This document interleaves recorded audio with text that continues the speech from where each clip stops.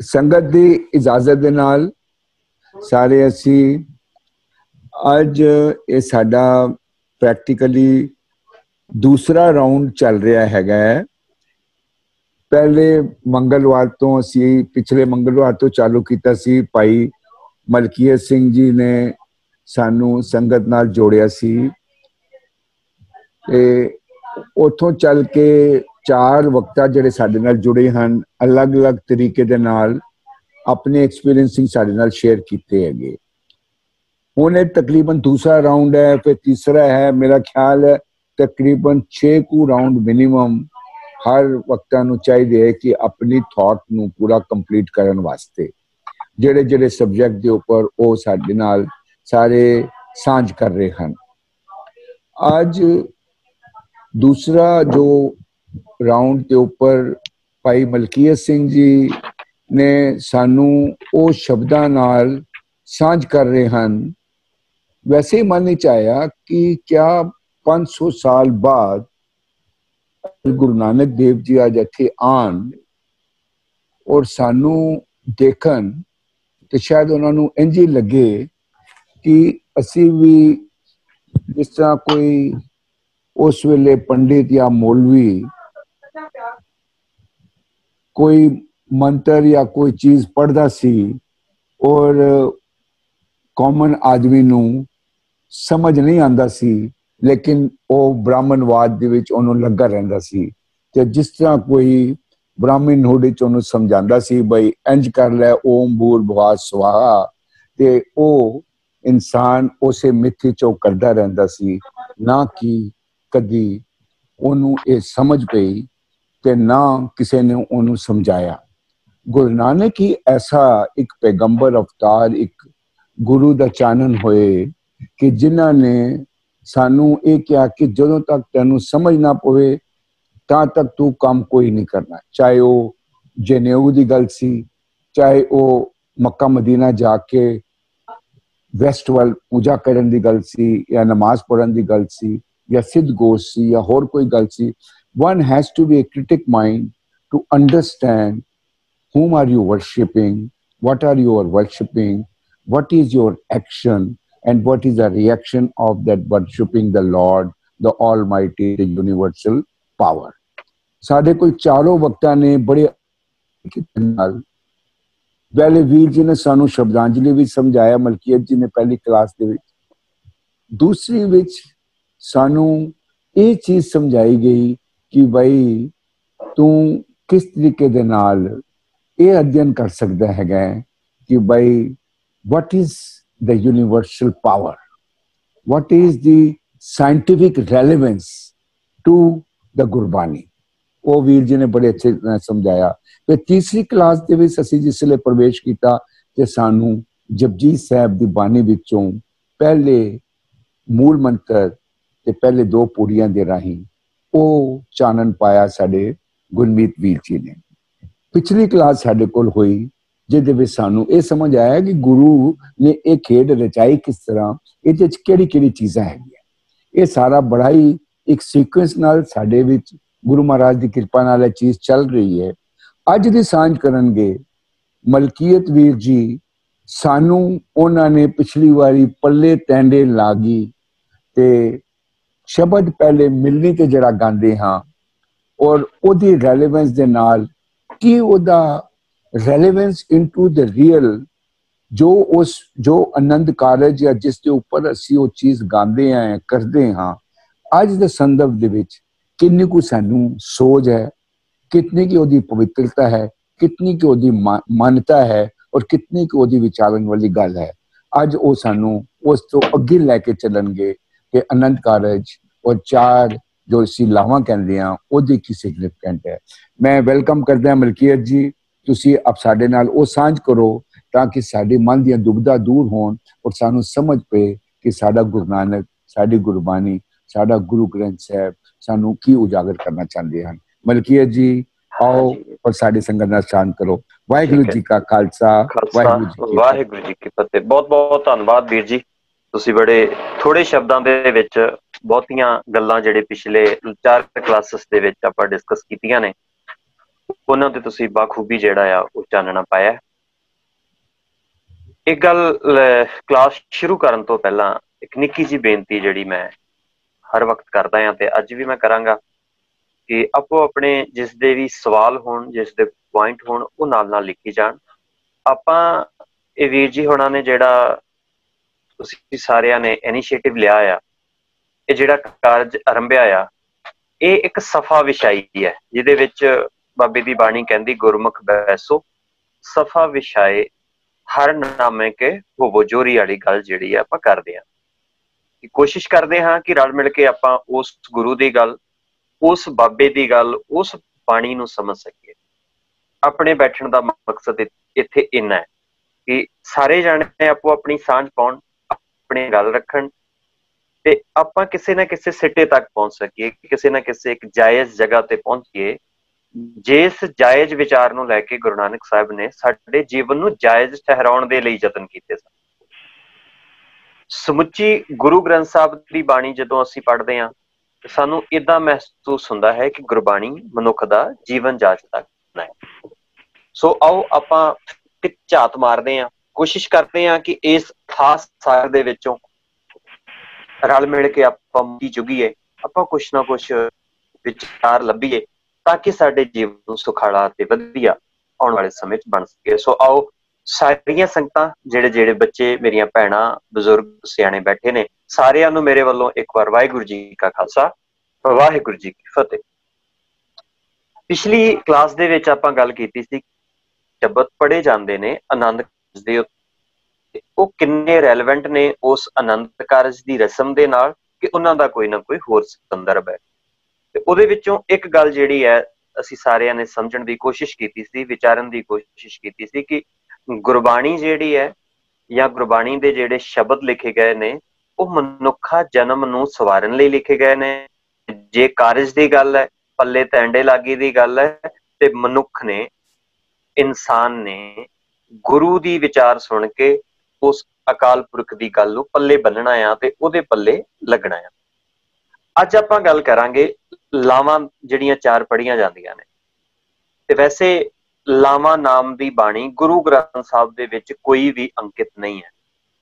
ਜਿਵੇਂ ਜਪਜੀ ਸਾਹਿਬ ਬਾਣੀ ਹੈ ਉਹਨੂੰ ਅਸੀਂ ਜਪ ਕਹਿੰਦੇ ਆ, ਤੇ ਗੁਰੂ ਗ੍ਰੰਥ ਸਾਹਿਬ 'ਚ ਜਪ ਬਾਣੀ ਸਿਰਲੇਖ ਦਰਜ ਹੈ। ਸੁਖਮਣੀ ਜਿਹੜੀ ਬਾਣੀ ਹੈ ਗੌੜੀ ਕਰਕੇ ਦਰਜ ਹੈ, 12 ਮਾਹ ਕਰਕੇ ਦਰਜ ਹੈ, ਸਿੱਧ ਗੋਸ਼ਟ ਕਰਕੇ ਦਰਜ ਹੈ। ਇਦਾਂ ਬੜੀਆਂ ਜਿਹੜੀਆਂ ਬਾਣੀਆਂ ਨੇ ਉਹ ਨਾਮ ਦੇ ਸਿਰਲੇਖ ਹੇਠ ਜਿਹੜੀਆਂ ਦਰਜ ਨੇ, ਪਰ ਲਾਵਾਂ ਨਾਮ ਦੀ ਬਾਣੀ ਗੁਰੂ ਗ੍ਰੰਥ ਸਾਹਿਬ ਦੇ ਵਿੱਚ ਕੋਈ ਵੀ ਦਰਜ ਨਹੀਂ ਹੈ। ਇਹ ਸ਼ੰਤ ਨੇ। ਸੋਹੀ ਰਾਗ ਜਿਹੜਾ ਆ ਉਹ ਸਾਰਾ ਹੀ ਜਦੋਂ ਆਪਾਂ ਪੜਾਂਗੇ ਨਾ ਸੋਹੀ ਰਾਗ, ਤੇ ਉਸ ਸੋਹੀ ਰਾਗ ਨੂੰ ਜਦੋਂ ਅਸੀਂ ਪੜਾਂਗੇ ਤੇ ਸਾਰੇ ਦਾ ਸਾਰਾ ਰਾਗ ਏਦਾਂ ਗੁਰੂ ਸਾਹਿਬ ਨੇ ਅੰਕਿਤ ਕੀਤਾ, ਗੁਰੂ ਸਾਹਿਬ ਨੇ ਲਿਖਿਆ ਜਿਵੇਂ ਇੱਕ ਸੁਹਾਗਣ ਦੀ ਗੱਲ ਹੋ ਰਹੀ ਹੋਵੇ। ਉਹ ਸੁਹਾਗਣ ਜਿਸ ਨੂੰ ਅਸੀਂ ਵਿਆਹ ਵਾਂਗੂ ਮੰਨਦੇ ਹਾਂ, ਤੇ ਸੁਹਾਗਣ ਉਹ ਹੁੰਦੀ ਹੈ ਕਿ ਜਿਹਨੇ ਆਪਣਾ ਪੇਕਾ ਘਰ ਛੱਡ ਕੇ ਸਹੁਰਾ ਘਰ ਅਪਣਾਇਆ ਹੋਵੇ ਤੇ ਉਸ ਘਰ ਦੇ ਪ੍ਰਤੀ ਉਹਦੀਆਂ ਵਫਾਦਾਰੀਆਂ, ਉਹਦੀਆਂ ਜ਼ਿੰਮੇਵਾਰੀਆਂ, ਉਹਦਾ ਹਾਰ ਸ਼ਿੰਗਾਰ, ਉਹ ਸਭ ਕੁਝ ਜਿਹੜਾ ਆ ਉਸ ਪਰਿਵਾਰ ਦੇ ਹਿੱਤ ਵਿੱਚ ਹੋਵੇ। ਪਰ ਜਦੋਂ ਗੁਰੂ ਗ੍ਰੰਥ ਸਾਹਿਬ ਦੀ ਬਾਣੀ ਪੜ੍ਹਦੇ ਹਾਂ ਤੇ ਗੁਰੂ ਸਾਹਿਬ ਦੇ ਏਦਾਂ ਗੱਲ ਸਮਝਾਉਂਦੇ ਆ ਕਿ ਗੁਰੂ ਸਾਹਿਬ ਕਹਿੰਦੇ ਇਸ ਜਗ ਮੈਂ ਪੁਰਖ ਏਕ ਹੈ ਹੋਰ ਸਗਲੀ ਨਾਰ ਸਬਾਈ। ਇਹਦੇ ਨਾਲ ਹੀ ਇੱਕ ਗੱਲ ਹੋਰ ਚੱਲਦੀ ਹੈ ਗੁਰੂ ਗ੍ਰੰਥ ਸਾਹਿਬ 'ਚ, ਭਗਤ ਕਬੀਰ ਸਾਹਿਬ ਦਾ ਸ਼ਬਦ ਹੈ, ਮੈਨੂੰ ਅੰਗ ਮੈਂ ਸ਼ਾਇਦ ਭੁੱਲਦਾ ਹੋਵਾਂ, ਬਾਅਦ 'ਚ ਵੀ ਮੈਂ ਦੱਸ ਦੇਵਾਂਗਾ। ਕਬੀਰ ਸਾਹਿਬ ਕਹਿੰਦੇ ਹੈ ਕਿ ਧਨ ਸੁਹਾਗਣ ਜੋ ਪੀ ਭਾਵੈ, ਉਹ ਸੁਹਾਗਣ ਹੈ ਜਿਹੜੀ ਪ੍ਰਭੂ ਨੂੰ ਚੰਗੀ ਲੱਗਦੀ ਹੈ, ਜਿਹੜੇ ਰੱਬ ਨੂੰ ਚੰਗੀ ਲੱਗਦੀ ਹੈ। ਹੁਣ ਇੱਥੇ ਵਿਆਹੀ ਹੋਈ ਇਸਤਰੀ ਦਾ ਜ਼ਿਕਰ ਨਹੀਂ ਹੈ, ਇੱਥੇ ਕਿਹੜੀ ਵਿਆਹੀ ਹੋਈ ਇਸਤਰੀ ਦਾ ਜ਼ਿਕਰ ਹੈ? ਉਸੇ ਸ਼ਬਦ ਦੀ ਉਸ ਤੋਂ ਪਹਿਲੀ ਪੰਕਤੀ 'ਚ ਭਗਤ ਕਬੀਰ ਸਾਹਿਬ ਕਹਿੰਦੇ ਆ ਹਰ ਮੇਰੋ ਪਿਰ। ਹੁਣ ਕਬੀਰ ਸਾਹਿਬ ਜਿਹੜੇ ਨੇ ਉਹ ਜੈਂਟਸ ਨੇ, ਪਰ ਉਹ ਕਹਿੰਦੇ ਕੀ ਕਹਿ ਰਹੇ ਨੇ ਕਿ ਹਰ ਮੇਰੋ ਪਿਰ ਹਉ ਹਰ ਕੀ ਬੋਹਰੀਆ, ਕਿ ਰੱਬ ਮੇਰਾ ਪਤੀ ਹੈ ਤੇ ਮੈਂ ਉਹਦੀ ਬੋਹਰੀਆ ਆ, ਮੈਂ ਭਾਵ ਉਹਦੀ ਪਤਨੀ ਆ। ਮੈਂ ਪਿਛਲੀ ਕਲਾਸ ਵੀ ਇੱਕ ਬੇਨਤੀ ਕੀਤੀ ਸੀ ਕਿ ਬਾਣੀ ਜਿਹੜੀ ਲਿਖੀ ਹੈ ਨਾ ਉਹ ਫਸਟ ਪਰਸਨ ਨਾਉਨ 'ਚ ਲਿਖੀ ਗਈ ਹੈ। ਜਦੋਂ ਮੈਂ ਬਾਣੀ ਪੜ੍ਹਾਂ ਤੇ ਮੈਨੂੰ ਏਦਾਂ ਲੱਗੇ ਕਿ ਇਹ ਮੇਰੀ ਗੱਲ ਹੈ, ਜਦੋਂ ਕਬੀਰ ਸਾਹਿਬ ਕਹਿ ਰਹੇ ਆ ਕਿ ਹਰ ਮੇਰਾ ਪਿਰ ਹਉ ਹਰ ਕੀ ਬਹੁਰੀਆ, ਤੇ ਜਦੋਂ ਮੈਂ ਪੜ੍ਹਨਾ ਤੇ ਮੈਂ ਇਦਾਂ ਕਹਿ ਰਿਹਾ ਵਾਂ ਕਿ ਹਰ ਰੱਬ ਮੇਰਾ ਪਤੀ ਹੈ ਤੇ ਮੈਂ ਉਹਦੀ ਪਤਨੀ ਆ। ਹੁਣ ਇਹਨੂੰ ਹੋਰ ਥੋੜਾ ਜਿਹਾ ਬਰੀਕੀ ਨੂੰ ਸਮਝੀਏ। ਮੈਂ ਪਿਛਲੇ ਦਿਨਾਂ 'ਚ ਵੀ ਸ਼ਾਇਦ ਮੈਂ ਜ਼ਿਕਰ ਕੀਤਾ ਸੀਗਾ ਕਿ ਸਾਰੀ ਸ੍ਰਿਸ਼ਟੀ ਨੂੰ ਜਿਹੜਾ ਆ ਨਾ, ਉਹ ਗੁਰੂ ਸਾਹਿਬਾਨ ਨੇ ਆਪਣੀ ਬਾਣੀ ਦੇ ਵਿੱਚ ਇੱਕ ਇਸਤਰੀ ਦੇ ਰੂਪ ਵਜੋਂ ਕਿਉਂ ਬਿਆਨ ਕੀਤਾ। ਈਵਨ ਕਿ ਇਹ ਤਾਂ ਭਾਰਤ ਜਿਹੜਾ ਦੇਸ਼ ਹੈ ਉਹ ਮਰਦ ਪ੍ਰਧਾਨ ਦੇਸ਼ ਸੀਗਾ, ਜਾਂ ਇਹਦੇ ਵਿੱਚ ਸਿਰਫ ਮਰਦ ਦੀ ਗੱਲ ਹੁੰਦੀ ਸੀ। ਇੱਥੇ ਸਿਰਫ ਮਰਦ ਨੂੰ, ਭਾਵੇਂ ਉਹ ਕੋਈ ਨਸ਼ਾ ਕਰਦਾ ਆ, ਭਾਵੇਂ ਉਹ ਕਿਸੇ ਚੀਜ਼ ਦਾ ਸੇਵਨ ਕਰਦਾ ਆ, XYZ ਜੋ ਵੀ ਹੈ, ਭਾਵੇਂ ਉਹ ਪਤਨੀ ਨੂੰ ਕੁੱਟਦਾ, ਤੁਸੀਂ ਉਹਨੂੰ ਇਹ ਸੰਸਕ੍ਰਿਤੀ ਚ ਆ ਕੇ ਬਾਬੇ ਨਾਨਕ ਨੇ, ਗੁਰੂ ਸਾਹਿਬਾਨ ਨੇ, ਭਗਤ ਕਬੀਰ ਸਾਹਿਬ ਹੋਣਾ ਨੇ ਇਹ ਕਿਹਾ ਕਿ ਨਹੀਂ, ਅਸੀਂ ਉਸ ਰੱਬ ਦੀਆਂ ਸਾਰੀ ਪਤਨੀਆਂ ਆ। ਇਹ ਆਪਣੇ ਆਪ ਦੇ ਵਿੱਚ ਬੜੀ ਵੱਡੀ ਗੱਲ ਸੀ ਕਿ ਅਸੀਂ ਰੱਬ ਨੂੰ, ਪਰਮੇਸ਼ਰ ਰੱਬ ਨੂੰ ਹੀ ਮੰਨਣਾ ਆ, ਅਸੀਂ ਉਹਨੂੰ ਹੀ ਸਮਝਣਾ ਆ। ਖੈਰ, ਇਹ ਵਿਸ਼ੇ ਤੇ ਵੀ ਆਪਾਂ ਡਿਸਕਸ ਕਰਾਂਗੇ ਆਉਣ ਵਾਲੇ ਸਮੇਂ ਦੇ ਵਿੱਚ, ਇੱਕ ਵੱਖਰਾ ਵਿਸ਼ਾ ਰੱਖ ਕੇ ਕਿ ਸਾਡੀ ਜਿਹੜੀ ਸੰਸਕ੍ਰਿਤੀ ਸੀ ਉਹਦੇ ਨਾਲ ਪਤੀ ਪਰਮੇਸ਼ਰ ਕਿਉਂ ਜੋੜ ਦਿੱਤਾ ਗਿਆ। ਮੈਂ ਇੱਕ ਨਿੱਕੀ ਜਿਹੀ ਉਦਾਹਰਣ ਦੇ ਕੇ ਅੱਗੇ ਲੰਘ ਜਾਣਾ ਆ। ਜਿਹਨੂੰ ਭਾਰਤ ਦੇ ਵਿੱਚ ਰਾਮ ਨੂੰ ਰੱਬ ਕਰਕੇ ਜਾਣਿਆ ਜਾਂਦਾ ਆ, ਤੇ ਇਨ ਗ੍ਰੰਥਾਂ ਦੇ ਵਿੱਚ ਇਹ ਦਰਸਾ ਦਿੱਤਾ ਸਾਡੇ ਲੇਖਕਾਂ ਨੇ ਕਿ ਉਹ ਜਿਹੜਾ ਭਗਵਾਨ ਰਾਮ ਹੈ ਨਾ, ਉਹਦੀ ਪਤਨੀ ਵੀ ਜਿਹੜੀ ਆ ਉਹ ਸੇਫ ਨਹੀਂ ਹੈ, ਉਹਦੀ ਵੀ ਹਿਫਾਜ਼ਤ ਪ੍ਰੋਪਰ ਤਰੀਕੇ ਨਾਲ ਨਹੀਂ ਹੋ ਸਕਦੀ। ਪਰ ਜੇ ਉਹ ਨਹੀਂ ਵੀ ਹਿਫਾਜ਼ਤ ਕਰ ਸਕਿਆ ਰੱਬ ਹੋਣ ਦੇ ਨਾਤੇ, ਪਰ ਅਗਨੀ ਪ੍ਰੀਖਿਆ ਜਿਹੜੀ ਹੈ ਉਹ ਪਤਨੀ ਨੂੰ ਦੇਣੀ ਪੈਣੀ ਹੈ। ਖੈਰ, ਇਹ ਵਿਸ਼ਾ ਮੈਂ ਫਿਰ ਕਹਾਂ ਕਿ ਦੂਸਰੇ ਪਾਸੇ ਚਲਾ ਜਾਣਾ। ਸਿਰਫ ਮੈਂ ਉਦਾਹਰਣ ਦੇ ਰਿਹਾ ਕਿ ਐਸੇ ਦੇਸ਼ ਜਿੱਥੇ ਕਿਹਾ ਜਾਂਦਾ ਸੀ ਔਰਤ ਪੈਰ ਦੀ ਜੁੱਤੀ ਹੈ, ਔਰਤ ਨੀਵੀਂ ਹੈ, ਔਰਤ ਨੇ ਪਤੀ ਜਿੱਦਾਂ ਦਾ ਵੀ ਹੋਵੇ ਉਹਨੂੰ ਰੱਬ ਹੀ ਮੰਨਣਾ ਹੈ, ਤੇ ਇਹੋ ਜਿਹੀ ਥਾਂ ਦੇ ਉੱਤੇ ਆ ਕੇ ਇਹ ਗੱਲ ਕਹਿਣੀ ਕਿ ਅਸੀਂ ਸਾਰੇ ਉਸ ਰੱਬ ਦੀਆਂ ਪਤਨੀਆਂ, ਆਪਣੇ ਆਪ ਦੇ ਵਿੱਚ ਬੜੀ ਵੱਡੀ ਗੱਲ ਸੀ। ਖੈਰ, ਜਿਹੜੀ ਗੱਲ ਕਰ ਰਹੇ ਸੀ ਆਪਾਂ, ਤੇ ਕਬੀਰ ਸਾਹਿਬ ਕਹਿੰਦੇ ਧਨ ਸੁਹਾਗਣ ਜੋ ਪੀ ਪਾਵੇ, ਕਿ ਜਿਹੜੀ ਰੱਬ ਨੂੰ ਚੰਗੀ ਲੱਗਦੀ ਹੈ, ਭਾਵ ਮਨੁੱਖਾ ਜਨਮ ਜਿਹੜਾ ਰੱਬ ਦੇ ਦਰ ਤੇ ਪ੍ਰਵਾਨ ਹੋ ਜਾਂਦਾ ਆ, ਤੇ ਉਹ ਅਸਲ ਦੇ ਵਿੱਚ ਸੁਹਾਗਣ ਹੈ। ਜਾਂ ਗੁਰੂ ਅਰਜਨ ਪਾਤਸ਼ਾਹ ਦਾ ਇੱਕ ਸ਼ਬਦ ਗੌੜੀ ਰਾਗ ਦੇ ਵਿੱਚ, ਸੋਰਠ ਰਾਗ ਦੇ ਵਿੱਚ ਵੀ ਹੈਗਾ, ਧਨ ਸੁਹਾਗਣ ਜੋ ਪ੍ਰਭੂ ਪਛਾਨੈ, ਕਿ ਜਿਹੜਾ ਮਨੁੱਖ ਉਸ ਇੱਕ ਰੱਬ ਦੀ ਵਿਚਾਰਧਾਰਾ ਪਹਿਚਾਣ ਲੈਂਦਾ ਆ, ਉਸ ਇੱਕ ਰੱਬ ਨੂੰ ਮਹਿਸੂਸ ਕਰ ਲੈਂਦਾ, ਉਹਨੂੰ ਸੁਹਾਗਣ ਕਿਹਾ ਜਾਂਦਾ।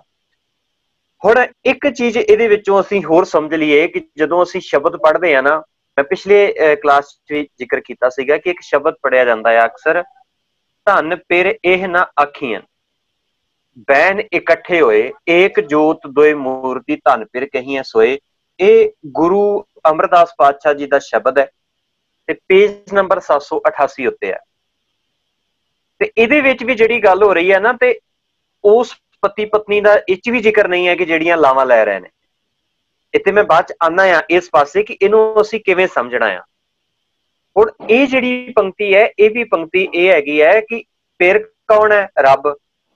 ਬੋਹਰੀ ਕੌਣ ਹੈ? ਪਤਨੀ ਕੌਣ ਹੈ? ਧਨ ਕੌਣ ਹੈ? ਅਸੀਂ। ਧਨ ਸੁਹਾਗਣ ਜੋ ਪ੍ਰਭੂ ਪਛਾਣੇ ਦੀ ਜਦੋਂ ਗੱਲ ਹੋਏਗੀ ਤੇ ਫਿਰ ਇਹ ਹੈ ਧਨ ਪਿਰ ਇਹ ਨਾ ਆਖੀਆਂ ਬਹਿਨ ਇਕੱਠੇ ਹੋਏ। ਮੈਂ ਗੁਰੂ ਦੀ ਗੋਦ ਵਿੱਚ ਸਵੇਰ ਤੋਂ ਲੈ ਕੇ ਸ਼ਾਮਾਂ ਤੱਕ ਬੈਠਾ ਰਵਾਂ ਤੇ ਗੁਰੂ ਦੀ ਗੱਲ ਹੀ ਨਾ ਮੰਨਾਂ, ਤੇ ਮੈਨੂੰ ਕੋਈ ਸੁਹਾਗਣ ਥੋੜਾ ਕਹੇਗਾ। ਜਿਵੇਂ ਇੱਕ ਸੁਹਾਗਣ ਪਤਨੀ ਪਤੀ ਦੇ ਕੋਲ ਬੈਠੇ ਸਾਰਾ ਦਿਨ ਰਵੇ ਉਹਦੀ ਹਜ਼ੂਰੀ 'ਚ, ਇਹ ਵੀ ਕਵੇ ਕਿ ਇਹ ਮੇਰਾ ਪਤੀ ਹੈ, ਬਟ ਉਹਦੀ ਗੱਲ ਵੀ ਨਾ ਮੰਨੇ, ਉਹ ਕਵੇ ਕੁਛ ਹੋਰ ਤੇ ਕਰੇ ਕੁਛ ਹੋਰ, ਤੇ ਆਪਾਂ ਇਹ ਥੋੜਾ ਕਵਾਂਗੇ ਕਿ ਇਹ ਸੁਹਾਗਣ, ਇਹ ਕਰਮ ਹੈ ਦੁਹਾਗਣ ਕੇ, ਇਹ ਵੀ ਬਾਣੀ ਕਹਿੰਦੀ ਹੈ। ਖੈਰ, ਜਿਹੜੀ ਗੱਲ ਗੁਰਬਾਣੀ ਚੋਂ ਕਹਿੰਦੇ, ਇਹਦਾ ਮਤਲਬ ਜਿਹੜੀ ਧਨ ਪਿਰ ਇਹ ਨਾ ਆਖੀਆਂ ਬੈਨ ਇਕੱਠੇ ਹੋਏ, ਏਕ ਜੋਤ ਦੋਏ ਮੂਰਤੀ ਧਨ ਪਿਰ ਕਹੀਆਂ ਸੋਏ। ਇਹ ਵੀ ਸੰਕਲਪ ਜਿਹੜਾ ਹੈਗਾ ਕਿ ਸਾਡੀ ਮਨੁੱਖਾ ਜਨਮ ਜਿਹੜਾ ਆ, ਮਨੁੱਖਾ ਦੇਹੀ ਜਿਹੜੀ ਹੈ, ਮਨੁੱਖ ਅਸੀਂ ਹੈਗੇ ਆ, ਤੇ ਅਸੀਂ ਰੱਬ ਦੇ ਉਸ ਨਿਯਮ ਨੂੰ ਕਿਵੇਂ ਮਹਿਸੂਸ ਕਰਨਾ ਆ। ਉਸ ਰੱਬ ਨੂੰ ਹਰ ਥਾਂ ਤੇ ਜਦੋਂ ਮਹਿਸੂਸ ਕਰਦੇ ਆ, ਹਰ ਥਾਂ ਤੇ ਦੇਖਦੇ ਆ, ਤੇ ਸਾਨੂੰ ਏਦਾਂ ਲੱਗਦਾ ਕਿ ਅਸੀਂ ਸੁਹਾਗਣ ਬਣ ਚੁੱਕੇ ਆ, ਅਸੀਂ ਉਸ ਪਿਰ ਨੂੰ ਜਾਣ ਲਿਆ ਹੋਇਆ ਆ। ਫਿਰ ਉਹ ਸੁਹਾਗਣਾ ਨੇ। ਇੱਕ ਸ਼ਬਦ ਉਸ ਵਕਤ ਜਿਹੜਾ ਆ ਹੋਰ ਪੜਿਆ ਜਾਂਦਾ ਆ ਬਾਣੀ ਦੇ ਵਿੱਚੋਂ, ਅਕਸਰ ਮੈਂ ਕਹਿੰਦਾ ਹੁੰਦਾ ਕਿ ਹੁਣ ਹੋਇਆ ਕੀ ਕਿ ਜਦੋਂ ਅਸੀਂ ਉਸ ਰਾਹ ਤੇ ਤੁਰੇ ਕਿ ਰੱਬ ਸਾਡਾ ਪਤੀ ਹੈ ਤੇ ਅਸੀਂ ਉਹਦੀਆਂ ਪਤਨੀਆਂ, ਉਹਦੇ ਵਿੱਚੋਂ ਇੱਕ ਸ਼ਬਦ ਹੋਰ ਜਿਹੜਾ ਆ ਗੁਰੂ ਗ੍ਰੰਥ ਸਾਹਿਬ ਦੇ ਪੇਜ ਨੰਬਰ 1177 ਉੱਤੇ ਆ, ਤੁਸੀਂ वेख लियो, बाद मैं ग्रुप च भी सेंड कर दूंगा। सौहरड़ी वथ सब किछ सांझी पेवकड़ा तन वख है कि जिहड़ी सौहरड़ी सबनी सौहरे वंजना सब मुकलावन हार कि सारिਆਂ ने एक दिन सौहरे जाना है। हुण सौहरा की है? सौहरा घर किहड़ा आ? ਉਹ है रब दी विचारधारा वाला घर, निज घर, जिथे सदा टिके रहना है, जिथे प्रभ स्यों राती रलियां मारे माने दी गल है। ਉਹ है प्रभु दा घर, ਉਹ है गुरु दा घर, ਉਹ है गुरु दी विचार दे नाल अपने आले दुआले नूं बनाया होया सोहना घर, जिहदे बारे गुरु साहब इदां कहंदे बेगमपुरा शहर को नाओ, जिहदे बारे सतबीर सिंह कहंदे है करतारपुर करता वसै, जिहड़ा करतारपुर बाबे नानक ने वसाया सी। ਇਹ इदां दा जदों माहौल होएगा, ਇਹ है सौहरा घर। गुरु दी विचार नूं समझ के जिंदगी जिउणी सौहरे घर दी निशानी है। एक होर जिहड़ी मैं गल कर रहा सी, सौहरड़ी वथ, सौहरड़ी भाव सौहरे घर दी विचारधारा, सब कुछ सांझी, सारियां लई सांझी है। सारियां लई सांझी दा मतलब ਉਹ मेरे ਲਈ भी है, ਉਹ मेरे तो ਵੱਡੇ ਦੇ ਲਈ भी है, ਉਹ मेरे तो छोटे ਲਈ भी है, ਉਹ ਕਿਸੇ ਵੀ ਮਨੁੱਖ ਲਈ है, ਉਹ ਸਾਰਿਆਂ ਦੇ ਲਈ है, ਕਿਸੇ ਇੱਕ ਲਈ नहीं है। ਅੱਜ ਅਸੀਂ ਮਜ਼ਹਬਾਂ 'ਚ ਵੰਡੇ ਗਏ, ਵੱਖੋ ਵੱਖਰੇ ਮਜ਼ਹਬ ਬਣਾ ਲਏ। ਤੇ ਮੈਂ ਇੱਕ ਕੱਲ ਨੌਜਵਾਨ ਨੇ ਸਵਾਲ ਬੜੇ ਪਿਆਰੇ ਕੀਤੇ ਸੀ, ਉਹ ਵੀਡੀਓ ਘੁੰਮ ਰਹੀ ਹੈ ਫੇਸਬੁੱਕ ਤੇ, ਮੈਨੂੰ ਬੜੀ ਵਧੀਆ ਲੱਗੀ। ਉਹ ਕਹਿੰਦਾ ਰੱਬ ਇੱਕ ਹੈ, ਕਹਿੰਦਾ ਹਾਂ। ਆਂਦਾ ਜਦੋਂ ਇੰਗਲਿਸ਼ 'ਚ ਕਹਿੰਦੇ ਆ ਗॉड इज वन, ठीक है, ਜਦੋਂ ਹਿੰਦੀ 'ਚ ਕਹਿੰਦੇ ਆ ਈਸ਼ਵਰ ਇੱਕ ਹੈ, ਇਹ ਵੀ ਠੀਕ ਹੈ। ਕਹਿੰਦਾ ਜਦੋਂ ਪੰਜਾਬੀ 'ਚ ਕਹਿੰਦੇ ਆ ਰੱਬ ਇੱਕ ਹੈ, ਕਹਿੰਦਾ ਜਦੋਂ ਰੱਬ ਹੈ ਇੱਕ, ਅਸੀਂ ਅਲੱਗ-ਅਲੱਗ ਕਿਵੇਂ ਹੋ ਗਏ? ਤੇ ਕਹਿੰਦਾ ਜੇ ਅਸੀਂ ਸਾਰੇ ਅਲੱਗ ਆ, ਰੱਬ ਇੱਕ ਹੈ, ਤੇ ਕਹਿੰਦਾ ਉਹਨੇ ਗੁਰੂ ਗ੍ਰੰਥ ਸਾਹਿਬ 'ਚ ਕੁਛ ਹੋਰ ਕਿਹਾ ਆ, ਕੁਰਾਨ 'ਚ ਕੁਛ ਹੋਰ ਕਿਹਾ ਆ, ਵੇਦਾਂ 'ਚ ਕੁਛ ਹੋਰ ਕਿਹਾ ਆ, ਤੇ ਬਾਈਬਲ 'ਚ ਕੁਛ ਹੋਰ ਕਿਹਾ। ਕਹਿੰਦਾ ਫਿਰ ਇੱਕ ਰੱਬ ਆਪਣੀਆਂ ਚਾਰ ਸਟੇਟਮੈਂਟਾਂ ਵੱਖੋ ਵੱਖਰੀਆਂ ਕਿਵੇਂ ਦੇ ਸਕਦਾ ਆ? ਕਹਿੰਦਾ ਜਾਂ ਤੇ ਚੌਂ ਇੱਕ ਠੀਕ ਹੈ, ਤੇ ਜਾਂ ਫਿਰ ਚੌਵੇਂ ਹੀ ਗਲਤ ਨੇ, ਤੇ ਜਾਂ ਫਿਰ ਉਹ ਰੱਬ ਹੀ ਗਲਤ ਹੈ, ਜਿਹੜਾ ਇੱਕ ਹੋਣ ਦੇ ਬਾਵਜੂਦ ਵੀ ਸਾਰਿਆਂ ਨੂੰ ਵੱਖੋ ਵੱਖਰੀ ਸਿੱਖਿਆ ਦੇ ਰਿਹਾ ਹੈ। ਤੇ ਉਸ ਪ੍ਰਚਾਰਕ ਨੂੰ ਮੈਂ ਸੁਣ ਰਿਹਾ ਸੀਗਾ, ਉਹਦੇ ਕੋਲ ਜਵਾਬ ਨਹੀਂ ਸੀ, ਉਹਨੇ ਟਾਈਮ ਤੇ ਟਪਾਇਆ ਉਹ ਗੱਲਾਂ ਕਰਕੇ, ਪਰ ਉਹ ਕਿਸੇ ਸਿੱਟੇ ਤੱਕ ਨਹੀਂ ਪਹੁੰਚ ਸਕਿਆ। ਇਹ ਸਵਾਲ ਸਾਡੇ ਤੇ ਵੀ ਆਉਣ ਵਾਲੇ ਸਮਿਆਂ 'ਚ ਹੋਣਗੇ ਜ਼ਰੂਰ, ਸਾਨੂੰ ਇਹਦੀ ਤਿਆਰੀ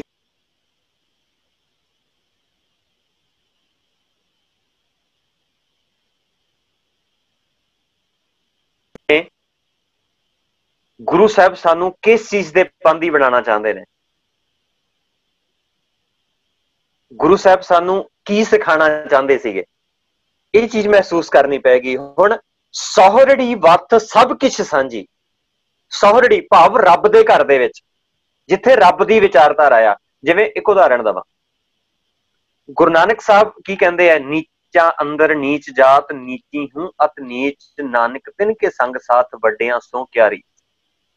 नानक सारियां नाल बैठे, जोगियां नाल बैठे, सिद्धां नाल बैठे, पांडियां नाल बैठे, इथों तक कि वो पीरां नाल भी बैठे, मक्के तक भी वो पहुंचे, पर पहुंच के उन्होंने गल एक खुदा दी कीती है, गल एक रब दी कीती है, जोड़िया एक सिद्धांत दे नाल है, जोड़िया है एको है भाई एको है, साहिब मेरा एको है, उहदे नाल जोड़िया। की होया उत्थे? होया कि सारे सांझे रब दे घर दे विच गुरु साहब ने एको गल कही कि कोई वड्डा नहीं कोई छोटा नहीं, सारे सांझे ने। सौहरड़ी वथ सब किछ सांझी, पेवकड़ा तन वख है। पेवड़ा की है? मैं अपने जिथे बैठा उत्थे मैं अपनी मर्जी दा मालक हां। जिवें असीं कह दईए ना कि धीआं अपने घर दे विच अपनी मर्जी कर लैंदियां, पर सौहरे जाके उन्हां दी मर्जी नहीं चलदी। ये बड़े गायकां ने भी गाया, असीं भी इदां ही कहने आ।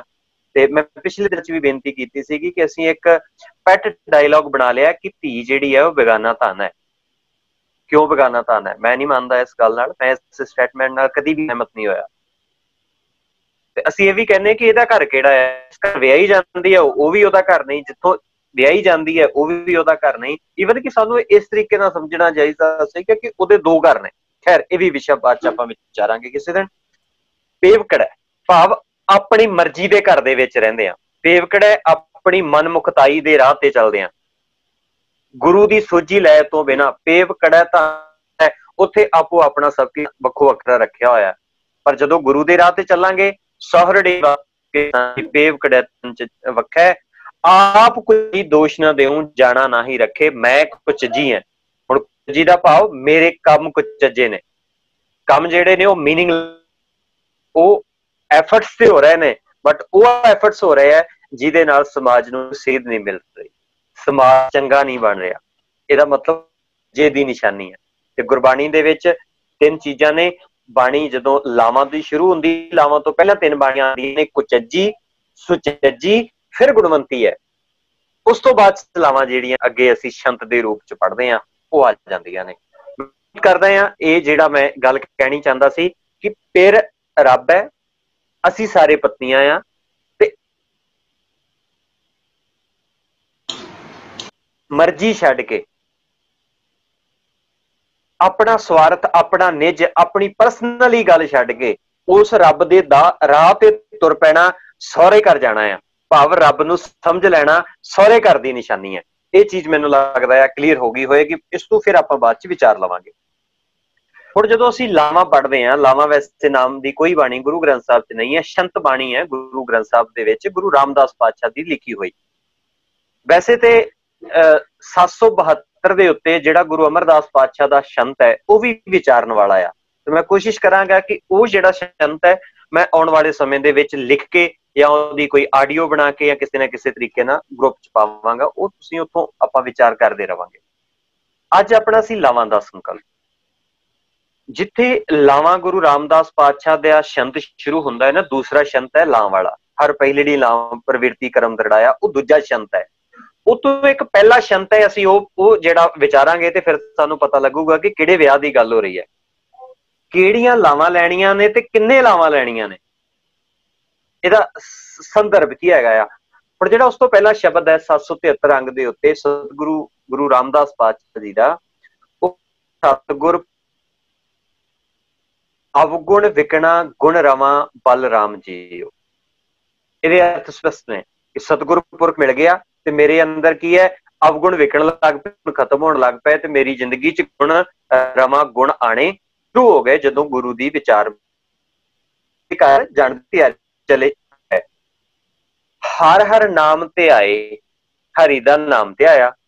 ਅੱਗੇ ਕੀ ਹੈ, ਗੁਰਬਾਣੀ ਨਿਤ ਨਿਤ ਚਵਾਂ ਬਲਰਾਮ ਜੀਓ। ਗੁਰਬਾਣੀ ਨੂੰ ਨਿਤ ਨਿਤ ਮੈਂ ਗਾਣਾ ਸ਼ੁਰੂ ਕਰ ਦਿੱਤਾ, ਆਦੇ ਨਾਲ ਗਾਉਣਾ ਸ਼ੁਰੂ ਕਰ ਦਿੱਤਾ, ਸਮਝਣਾ ਸ਼ੁਰੂ ਕਰ ਦਿੱਤਾ, ਮਹਿਸੂਸ ਕਰਨਾ। ਚਵਾਂ ਦਾ ਮਤਲਬ ਵੈਸੇ ਹੁੰਦਾ ਉਚਾਰਨਾ, ਹਾਂ, ਪਰ ਉਚਾਰੀ ਹੋਈ ਚੀਜ਼ ਉਹੀ ਬੈਨੀਫੀਸ਼ੀਅਲ ਹੁੰਦੀ ਹੈ ਜਿਹੜੀ ਸਾਡੇ ਦਿਮਾਗ ਤੱਕ ਪਹੁੰਚੇ, ਸਾਡੀ ਸੁਰਤ ਤੱਕ ਪਹੁੰਚੇ। ਮੈਂ ਇੱਕ ਉਦਾਹਰਣ ਦਿੰਦਾ ਇਹਦੀ ਗੱਲ, ਤਾਂ ਕਿ ਅਸੀਂ ਸੁਣਨ ਤੇ ਸੁਣਾਉਣ ਤੇ ਗਾਉਣ ਤੇ ਸਮਝਣ ਦੀ ਜਿਹੜੀ ਇੱਕ ਪ੍ਰਕਿਰਿਆ ਹੈ ਨਾ, ਬੜੀ ਡਿਫਰੈਂਟ ਹੈਗੀ ਹੈ। ਅਸੀਂ ਜਦੋਂ ਘਰ ਦੇ ਵਿੱਚ ਮੰਨ ਲਓ ਬੈਠੇ ਹਾਂ, ਜਾਂ ਹੁਣ ਵੀ ਆਪਾਂ ਮੰਨ ਲਓ ਕਲਾਸ ਲਗਾਈ ਹੋਈ ਹੈ, ਤੇ ਤੁਹਾਡੇ ਚੋਂ ਮੈਨੂੰ ਕਵੇ ਕੋਈ ਕਿ ਮਲਕੀਤ ਸਿੰਘ ਆ ਨਾ ਕਰੋ, ਜਾਂ ਮਲਕੀਤ ਸਿੰਘ ਇਸ ਗੱਲ ਦਾ ਜਵਾਬ ਦਿਓ, ਤੇ ਮੈਂ ਆਪਣਾ ਲੈਕਚਰ ਕੰਟੀਨਿਊ ਰੱਖਾਂ। ਥੋੜੀ ਦੇਰ ਬਾਅਦ ਤੁਸੀਂ ਮੈਨੂੰ ਟੋਕੋਗੇ ਕਿ ਮਲਕੀਤ ਸਿੰਘ ਅਸੀਂ ਤੁਹਾਨੂੰ ਆਹ ਗੱਲ ਕਹੀ ਹੈ, ਕੀ ਤੁਹਾਨੂੰ ਸੁਣੀ ਨਹੀਂ? ਹੁਣ ਤੁਸੀਂ ਇਹ ਗੱਲ ਕਿਉਂ ਪੁੱਛੀ? ਹੁਣ ਮੇਰੇ ਕੰਨਾਂ 'ਚ ਤੇ ਪੈ ਗਈ ਹੈ, ਬਟ ਮੈਂ ਉਹ ਗੱਲ ਆਪਣੇ ਐਕਸ਼ਨ 'ਚ ਨਹੀਂ ਲਿਆਂਦੀ, ਉਸ ਗੱਲ ਤੇ ਅਮਲ ਨਹੀਂ ਕੀਤਾ। ਤੇ ਜਿਹੜੀ ਗੱਲ ਸੁਣੀ ਹੋਈ ਮੇਰੇ ਕੰਨਾਂ 'ਚ ਪਈ ਹੈ, ਬਟ ਨੂੰ ਸੁਣੀ ਹੋਈ ਨਹੀਂ ਕਹਿੰਦੇ। ਇੱਕ ਗੱਲ ਹੋਰ ਸਮਝਿਓ, ਮੰਨ ਲਓ ਕੋਈ ਵੱਡਾ ਵੀ ਬੱਚਾ ਆ, ਸਾਡੀਆਂ ਧੀਆਂ ਨੇ, ਮੇਰੀ ਬੱਚੀਆਂ ਨੇ ਸਾਡੀਆਂ, ਮੈਂ ਕਹਾਂ ਜਾਓ ਬੇਟਾ ਇੱਕ ਗਲਾਸ ਪਾਣੀ ਲੈ ਕੇ ਆਓ, ਬੱਚਾ ਆਪਣੇ ਖੇਡ 'ਚ ਮਸਤ ਹੈ। ਮੈਂ ਫਿਰ ਕਹਾਂ ਬੇਟਾ ਇੱਕ ਗਲਾਸ ਪਾਣੀ ਲੈ, ਬੱਚਾ ਫਿਰ ਖੇਡ ਰਿਹਾ। ਮੈਂ ਤੀਸਰੀ ਵਾਰ ਕਹਾਂਗਾ ਬੇਟਾ ਮੈਂ ਤੈਨੂੰ ਕਹਿ ਰਿਹਾ ਪਾਣੀ ਲੈ ਕੇ ਆਇਆ, ਕੀ ਤੈਨੂੰ ਸੁਣਿਆ ਨਹੀਂ? ਹੁਣ ਉਹਨੂੰ ਉਹਦੇ ਕੰਨਾਂ 'ਚ ਤੇ ਆਵਾਜ਼ ਪਈ ਹੈ, ਬੱਚਾ ਅੱਗੇ ਪਤਾ ਕੀ ਕਹੇਗਾ, ਸੁਣ ਲਿਆ। ਤੇ ਮੈਂ ਕਹੂੰਗਾ ਜੇ ਸੁਣ ਲਿਆ ਤੇ ਲਿਆਂਦਾ ਕਿਉਂ ਨਹੀਂ? ਫਿਰ ਕਹੇਗਾ ਮੈਂ ਚੱਲਿਆ ਆ। ਹੁਣ ਸੁਣ ਤੇ ਉਹਨੇ ਪਹਿਲੀ ਵਾਰ ਹੀ ਲਿਆ ਸੀ, ਪਰ ਸੁਣ ਕੇ ਐਕਸ਼ਨ 'ਚ ਨਹੀਂ ਸੀ ਲਿਆਂਦਾ। ਤੇ ਜਿਹੜੀ ਗੱਲ ਸੁਣ ਕੇ ਐਕਸ਼ਨ 'ਚ ਨਾ ਲਿਆਂਦੀ ਜਾਵੇ, ਇਹਦਾ ਮਤਲਬ ਉਹ ਗੱਲ ਸੁਣੀ ਨਹੀਂ ਹੈ। ਏਦਾਂ ਹੀ ਬਾਣੀ ਹੈ, ਜਦੋਂ ਸੁਣ ਕੇ ਮੈਂ ਆਪਣੇ ਐਕਸ਼ਨ 'ਚ ਲੈ ਆਵਾਂਗਾ, ਇਹਦਾ ਮਤਲਬ ਹੈ ਉਹ ਬਾਣੀ ਸੁਣ ਲਈ ਹੈ। 4 ਪੌੜੀਆਂ ਸੁਣੇ ਦੀਆਂ ਨੇ, ਤੇ ਸੁਣਨ ਦੇ ਨਾਲ ਸਾਨੂੰ ਅਸਲੀਅਤ ਦਾ ਪਤਾ ਲੱਗਦਾ ਆ, ਸਾਨੂੰ ਸਮਝ ਆ ਜਾਂਦੀ ਹੈ। ਸੁਣੇ ਸਿੱਧ ਪੀਰ ਸੁਨਾਥ, ਸੁਣੇ ਧਰਤ ਵਾਲਾ ਆਕਾਸ਼, ਸੁਣਿਆ ਦੀਪ ਲੋ ਪਾਤਾਲ। ਸਾਨੂੰ ਸੁਣਨ ਦੇ ਨਾਲ ਇਹਨਾਂ ਸਿੱਧਾਂ ਦੀ ਅਸਲੀਅਤ ਪਤਾ ਲੱਗਦੀ ਹੈ, ਸਾਨੂੰ ਸੁਣਨ ਦੇ ਨਾਲ ਦੀਪ ਲੋ ਪਾਤਾਲਾਂ ਦਾ ਪਤਾ ਲੱਗਦਾ ਆ, ਸਾਨੂੰ ਸੁਣਨ ਨਾਲ ਪਤਾ ਲੱਗਦਾ ਆ ਕਿ ਆ ਧਰਮ ਰੂਪੀ ਧੌਲ ਜਿਹੜਾ ਸੀ ਇਹ ਲੋਕਾਂ ਨੇ ਪਖੰਡ ਬਣਾ ਕੇ ਰੱਖਿਆ ਹੋਇਆ ਸੀਗਾ, ਇਹ ਸਿਰਫ ਲੋਕਾਂ ਨੂੰ ਗੁੰਮਰਾਹ ਕਰਨ ਲਈ ਰੱਖਿਆ ਸੀਗਾ, ਇਹਦਾ ਅਸਲੀਅਤ ਨਾਲ ਕੋਈ ਵਾਸਤਾ ਨਹੀਂ ਹੈ। ਸੁਣਨ ਦੇ ਨਾਲ ਹੀ ਚੀਜ਼ਾਂ ਪਤਾ ਲੱਗਦੀਆਂ। ਜਦੋਂ ਸੁਣਦੇ ਜਾਂਦੇ ਆ ਉਦੋਂ, ਹੁਣ ਕਈ ਵਾਰ ਮੈਂ ਕਹਾਂ, ਮੰਨ ਲਓ ਮੈਂ ਕਹਾਂ ਝੂਠ ਨਹੀਂ ਬੋਲਣਾ ਚਾਹੀਦਾ, ਪਰ ਮੈਂ ਘਰੋਂ ਬਾਹਰ ਨਿਕਲਾਂ, ਮੇਰੇ ਕੋਲ ਕਿਸੇ ਨੇ ਪੈਸੇ ਲੈਣੇ ਹੋਣ, ਮੈਂ ਘਰ 'ਚ ਵੀ ਬੈਠਾ ਹੋਵਾਂ, ਮੈਨੂੰ ਕਿਸੇ ਦਾ ਫੋਨ ਆ ਜਾਏ ਕਿ ਭਾਈ ਸਾਹਿਬ ਤੁਹਾਡੇ ਤੋਂ ਪੈਸੇ ਲੈਣੇ ਸੀ, ਕਿੱਥੇ ਹੋ? ਮੈਂ ਕਹਾਂ ਮੈਂ ਘਰ ਨਹੀਂ ਹੈਗਾ। ਹੁਣ ਮੈਂ 1 ਮਿੰਟ ਪਹਿਲਾਂ ਕਹਿ ਕੇ ਹਟਿਆ ਕਿ ਝੂਠ ਨਹੀਂ ਬੋਲਣਾ ਚਾਹੀਦਾ, ਪਰ ਮੈਂ ਬੋਲਿਆ ਆ, ਪਰ ਮੇਰੇ ਇਹ ਗੱਲ ਕੰਨਾਂ ਨੇ ਨਹੀਂ ਸੁਣੀ। ਜੇ ਕੰਨਾਂ ਨੇ ਸੁਣੀ ਹੈ ਪਰ ਇਹ ਗੱਲ ਮੇਰੇ ਦਿਮਾਗ ਤੱਕ ਨਹੀਂ ਗਈ ਕਿ ਝੂਠ ਨਹੀਂ ਬੋਲਣਾ ਚਾਹੀਦਾ। ਮੈਂ ਇੱਕ ਉਦਾਹਰਣ ਦਿੰਦਾ। ਲੈਕਚਰਾਰ ਸੀਗਾ ਬੰਦਾ, ਸਾਡੇ ਇਲਾਕੇ ਦਾ ਹੀ ਹੈ, ਤਰਨਤਾਰਨ ਇਲਾਕੇ ਦਾ। ਉਹਨੇ ਲੈਕਚਰ ਬਹੁਤ ਸੋਹਣਾ ਦਿੱਤਾ ਸਟੇਜ ਦੇ ਉੱਤੇ ਕਿ ਦਾਜ ਨਹੀਂ ਲੈਣਾ ਚਾਹੀਦਾ, ਬਿਲਕੁਲ ਦਾਜ ਗਲਤ ਹੈ। ਬੜਾ ਸੋਹਣਾ ਲੈਕਚਰ ਕਰਕੇ ਨਿਕਲ। ਸ਼ਾਮ ਨੂੰ ਘਰੇ ਉਹ ਬੈਠਾ ਸੀਗਾ ਤੇ ਉਹਦੇ ਰਿਸ਼ਤੇ ਦੀ ਗੱਲ ਚੱਲ ਰਹੀ ਸੀ, ਤੇ ਸ਼ਾਮ ਨੂੰ ਉਹ ਜਿਹੜਾ ਗੱਲ ਕਰਦਾ ਆਪਣੇ ਮੁੰਡੇ ਦੇ ਵਿਚੋਲੇ ਨੂੰ ਕਹਿ ਰਿਹਾ ਸੀ, ਕਹਿੰਦਾ ਸੀ ਜੇ ਵੱਡੀ ਗੱਡੀ ਦਿੰਦੇ ਆ ਤੇ ਰਿਸ਼ਤਾ ਮਨਜ਼ੂਰ ਹੈ, ਜੇ ਗੱਡੀ ਨਹੀਂ ਦਿੰਦੇ ਤੇ ਆਪਾਂ ਇਹ ਰਿਸ਼ਤਾ ਨਹੀਂ ਲੈਣਾ। ਹੁਣ ਗੱਲਾਂ ਤੇ ਬੜੀਆਂ ਕੀਤੀਆਂ, ਬੋਲੀਆਂ ਤੇ ਬਹੁਤ, ਬਟ ਉਹਦੇ ਆਪਣੇ ਕੰਨਾਂ ਤੱਕ ਨਹੀਂ ਪਹੁੰਚੀਆਂ, ਆਪਣੇ ਜਿਹਨ ਤੱਕ ਨਹੀਂ ਪਹੁੰਚੀਆਂ, ਉਹਦੇ ਐਕਸ਼ਨ 'ਚ ਨਹੀਂ ਆਈਆਂ। ਤੇ ਜਿਹੜੀ ਗੱਲ ਕਹੀ ਹੋਵੇ ਤੇ ਅਮਲ 'ਚ ਨਾ ਹੋਵੇ, ਉਸ ਕਹੀ ਨੂੰ ਅਸੀਂ ਸੁਣੀ ਨਹੀਂ ਕਹਿੰਦੇ। ਤੇ ਗੁਰੂ ਗ੍ਰੰਥ ਸਾਹਿਬ ਦੀ ਬਾਣੀ ਜਦੋਂ ਅਸੀਂ ਪੜ੍ਹਦੇ ਹਾਂ ਤੇ ਅਸੀਂ ਸੁਣਦੇ ਹਾਂ ਤੇ ਗਾਉਂਦੇ ਹਾਂ। ਚਵਾਂ ਦਾ ਮਤਲਬ ਹੈ ਗਾ ਰਿਹਾ, ਤੇ ਗਾ ਰਿਹਾ ਦਾ ਮਤਲਬ ਮੂੰਹ ਤੋਂ ਨਹੀਂ ਗਾ ਰਿਹਾ। ਜਿਵੇਂ ਬਾਣੀ 'ਚ ਪੰਕਤੀ ਆਉਂਦੀ ਨਾ, ਗਾਵਨ ਤੁਰਨੋ ਵੀਰ ਗਾਵਨ ਤੁਰਨੋ ਪੌਣ ਪਾਣੀ ਬਸ ਧਰਮ ਦੁਆਰੇ। ਕੀ ਨੇ ਉਹ ਕੀ ਗਾਣਾ ਆ? ਪਾਣੀ ਕਿਵੇਂ ਗਾ ਰਿਹਾ? ਭਾਵੇਂ ਇੱਕ ਨਿਯਮ 'ਚ ਚੱਲ ਰਿਹਾ, ਇੱਕ ਸਿਸਟਮ 'ਚ ਵੱਜਿਆ ਹੋਇਆ। ਪਾਣੀ ਦਾ ਸੁਭਾਅ ਆ ਕਿ ਉਹਨੇ ਸਾਫ਼ ਕਰਨਾ ਆ, ਮੈਲੇ ਤੋਂ ਮੈਲਾ ਪਾਣੀ ਵੀ ਹੋਵੇ ਤਾਂ ਵੀ ਉਹ ਸਾਫ਼ ਕਰਦਾ ਆ।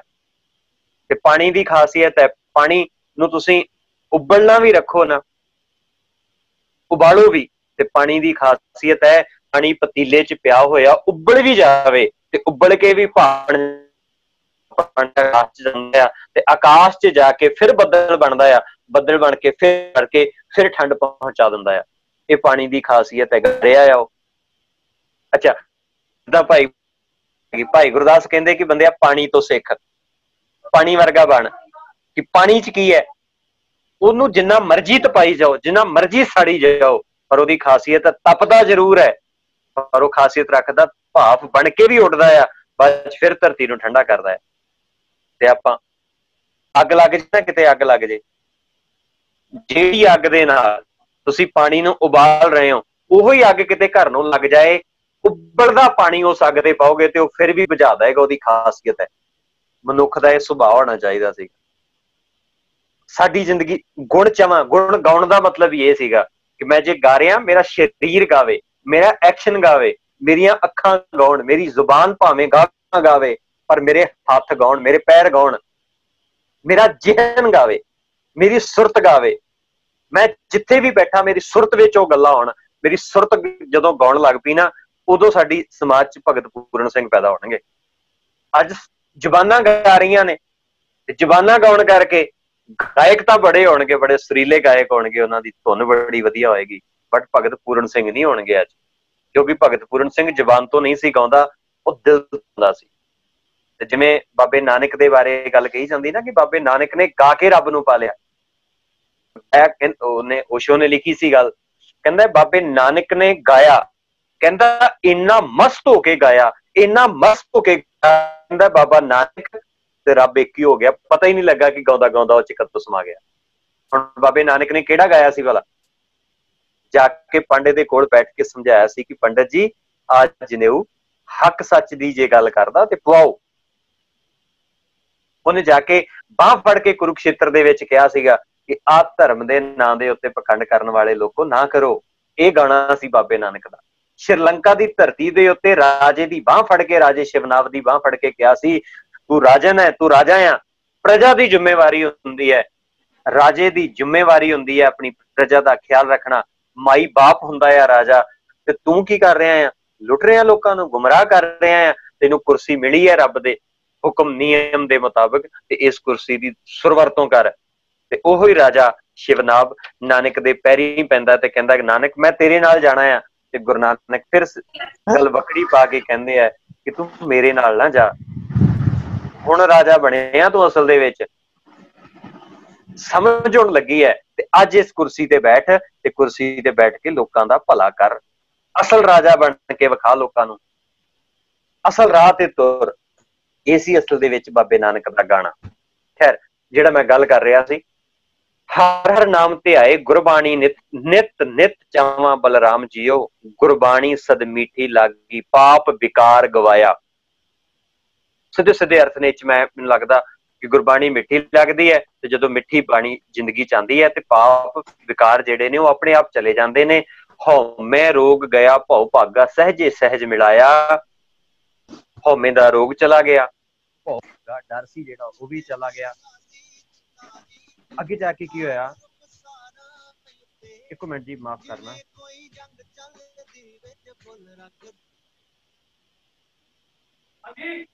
ਹਾਂਜੀ, ਮਾਫੀ ਚਾਹਨਾ ਜੀ, ਐਕਚੁਅਲੀ ਕਾਲਸ ਆ ਜਾਂਦੀਆਂ ਨੇ ਵਿੱਚੋਂ। ਹਾਂਜੀ, ਮੈਂ ਜ਼ਿਕਰ ਕਰ ਰਿਹਾ ਸੀਗਾ, ਲਾਗੇ ਫੋਨ ਪਿਆ ਹੋਇਆ। ਖੈਰ, ਕਾਇਆ ਸੇਜ ਗੁਰ ਸ਼ਬਦ ਮਿਲਾਈ। ਹੁਣ ਜਿਹੜੀ ਕਾਇਆ ਸੇਜ ਹੈ ਉਹ ਗੁਰੂ ਦੀ ਸ਼ਬਦ ਦੇ ਨਾਲ ਮਿਲ ਗਈ ਹੈ। ਮੇਰੇ ਹਿਰਦੇ ਜਿਹੜਾ ਕਾਇਆ ਸੀ, ਸਰੀਰ ਸੀ ਮੇਰਾ, ਤੇ ਇਸ ਸਰੀਰ ਦੀ ਜਿਹੜੀ ਸੇਜ ਸੀ ਨਾ, ਹਿਰਦੇ ਰੂਪੀ ਸੇਜ, ਇਹ ਸਰੀਰ ਦਾ, ਮੰਨ ਲਓ ਸਰੀਰ ਘਰ ਹੈ, ਆਪਣਾ ਮੰਨ ਲਓ ਘਰ ਹੋਵੇ, ਤੇ ਘਰ ਦੇ ਵਿੱਚ ਬੈਡਰੂਮ ਹੋਵੇ, ਤੇ ਬੈਡਰੂਮ ਦੇ ਵਿੱਚ ਇੱਕ ਬੈੱਡ ਹੋਵੇ, ਉੱਥੇ ਬੰਦਾ ਆਰਾਮ ਕਰਦਾ ਆ। ਏਦਾਂ ਹੀ ਸਰੀਰ ਕਾਇਆ ਆ, ਸਰੀਰ ਘਰ ਹੈ, ਤੇ ਸਾਡਾ ਜਿਹੜਾ ਹਿਰਦਾ ਆ ਇਹ ਗੁਰੂ ਨੂੰ ਬਿਠਾਉਣ ਦੇ ਲਈ ਸੇਜ ਹੈ। ਇੱਥੇ ਜਦੋਂ ਹਿਰਦੇ ਦੇ ਵਿੱਚ ਗੁਰੂ ਦੇ ਸ਼ਬਦ ਦੀ ਵਿਚਾਰ ਟਿਕ ਗਈ, ਕਾਇਆ ਸੇਜ ਗੁਰ ਸ਼ਬਦ ਸੁਖਾਲੀ ਗਿਆਨ ਤਤ ਕਰ ਭੋਗੋ। ਮੇਰੇ ਸਰੀਰ ਦੇ ਅੰਦਰ ਹਿਰਦੇ ਰੂਪੀ ਸੇਜ ਵਿਛ ਗਈ, ਗੁਰੂ ਦਾ ਸ਼ਬਦ ਟਿਕ ਗਿਆ, ਤੇ ਉਸ ਸ਼ਬਦ ਨੂੰ ਮੈਂ ਭੋਗਣਾ ਸ਼ੁਰੂ ਕਰ ਦਿੱਤਾ। ਭੋਗਣਾ ਭਾਵ ਉਹਦੇ ਸ਼ਬਦ ਤੇ ਚੱਲਣਾ ਸ਼ੁਰੂ ਕਰ ਦਿੱਤਾ। ਇਹ ਮੇਰੀ ਸਹੁਰੇ ਘਰ ਦੀ ਪ੍ਰਕਿਰਿਆ ਆ, ਭਾਵ ਰੱਬ ਦੇ ਘਰ ਦੀ ਪ੍ਰਕਿਰਿਆ ਆ। ਅਨ ਦਿਨ ਸੁਖ ਮਾਣੇ ਨਿਤ ਰਲੀਆਂ, ਨਾਨਕ ਧੁਰ ਸੰਜੋਗੋ। ਇਹ ਧੁਰ ਸੰਜੋਗ ਤੋਂ ਹੀ ਲਿਖਿਆ ਹੋਇਆ। ਹੁਣ ਧੁਰ ਸੰਜੋਗ ਵੀ ਸਾਨੂੰ ਕਈ ਵਾਰ ਏਦਾਂ ਲੱਗਦਾ, ਇੱਥੇ ਮੈਂ ਗੱਲ ਹੋਰ ਇੱਕ ਥੋੜੀ ਜਿਹੀ ਕਲੀਅਰ ਕਰਨੀ ਚਾਹੁੰਦਾ ਕਿ ਸਾਡੇ ਸਮਾਜ ਦੇ ਵਿੱਚ ਨਾ ਇੱਕ ਗੱਲ ਹੈ, ਸੰਜੋਗ ਵਿਜੋਗ ਦੋਏ ਕਾਰ ਚਲਾਵੇ, ਲੇਖੇ ਆਵੇਂ ਭਾਗ। ਤੇ ਅਸੀਂ ਅਕਸਰ ਇਹ ਗੱਲ ਕਹਿੰਦੇ ਆ ਕਿ ਜਿਹੜੀਆਂ ਜੋੜੀਆਂ ਨੇ ਉਹ ਧੁਰ ਸੰਜੋਗੋਂ ਹੀ ਲਿਖੇ ਹੁੰਦੇ ਨੇ, ਧੁਰ ਤੋਂ ਸੰਜੋਗ ਲਿਖੇ ਹੁੰਦੇ ਨੇ, ਜਾਂ ਜੋੜੀਆਂ ਜਿਹੜੀਆਂ ਨੇ ਰੱਬ ਬਣਾ ਕੇ ਭੇਜਦਾ ਆ। ਠੀਕ ਹੈ, ਮੰਨ ਲੈਂਦੇ ਆ, ਬੜੀ ਚੰਗੀ ਗੱਲ ਹੈ। ਅੱਛਾ, ਜਿਹੜੇ ਕਪਲ ਸਕਸੈਸਫੁਲ ਨੇ, 99% ਮੰਨ ਲਓ ਕਿ ਕਪਲ ਸਕਸੈਸਫੁਲ ਨੇ, ਉਹਨਾਂ ਦੀਆਂ ਜੋੜੀਆਂ ਰੱਬ ਨੇ ਬਣਾਈਆਂ, ਚੰਗੀ ਗੱਲ ਹੈ। ਪਰ ਜਿਹੜੇ 1% ਫੇਲ ਹੋਏ ਨੇ ਕਿਤੇ ਨਾ ਕਿਤੇ, ਉਹਨਾਂ ਦੀਆਂ ਜੋੜੀਆਂ ਕਿੰਨੇ ਬਣਾਈਆਂ ਸੀ? ਕਿ ਉਹ ਰੱਬ ਨੇ ਨਹੀਂ ਸੀ ਬਣਾਈਆਂ? ਜੇ ਤੇ ਬਣਾਈਆਂ ਫਿਰ ਸਾਰੀਆਂ ਰੱਬ ਨੇ ਬਣਾਈਆਂ, ਜੇ ਨਹੀਂ ਬਣਾਈਆਂ ਤੇ ਇਹਦਾ ਮਤਲਬ ਫਿਰ ਕੋਈ ਵੀ ਨਹੀਂ ਬਣਾਈ। ਹੁਣ ਸੰਜੋਗ ਤੇ ਵਿਜੋਗ ਕੀ ਹੈ? ਮਿਲਾਪ। ਵਿਜੋਗ ਕੀ ਹੈ? ਵਿਛੜ। ਅੱਜ ਮੈਂ ਨਾਲ ਗੱਲ ਕਰ ਰਿਹਾ ਗੁਰੂ ਦੀ ਬਾਣੀ ਦੇ ਬਾਬਤ, ਗੁਰੂ ਦੀ ਵਿਚਾਰ ਬਾਬਤ। ਹੁਣ ਕੀ ਮੈਂ ਗੁਰੂ ਦੀ ਛੱਡ ਕੇ ਮੈਂ ਕੋਈ ਆਪਣੀ ਨਿੱਜ ਦੀ ਗੱਲ ਕਰਾਂ, ਆਪਣੀ ਗੱਲ ਕਰਾਂ, ਕੁਛ ਹੋਰ ਆਊਟ ਆਫ ਵੇ ਜਾ ਕੇ ਮੈਂ ਐਵੇਂ ਗੱਲਾਂ ਕਰਾਂ, ਤੁਹਾਡੇ ਨਾਲ ਮੇਰਾ ਰਿਲੇਸ਼ਨ ਕਿੰਨਾ ਕੁ ਸਮਾਂ ਰਹੇਗਾ? ਬਹੁਤ ਥੋੜਾ।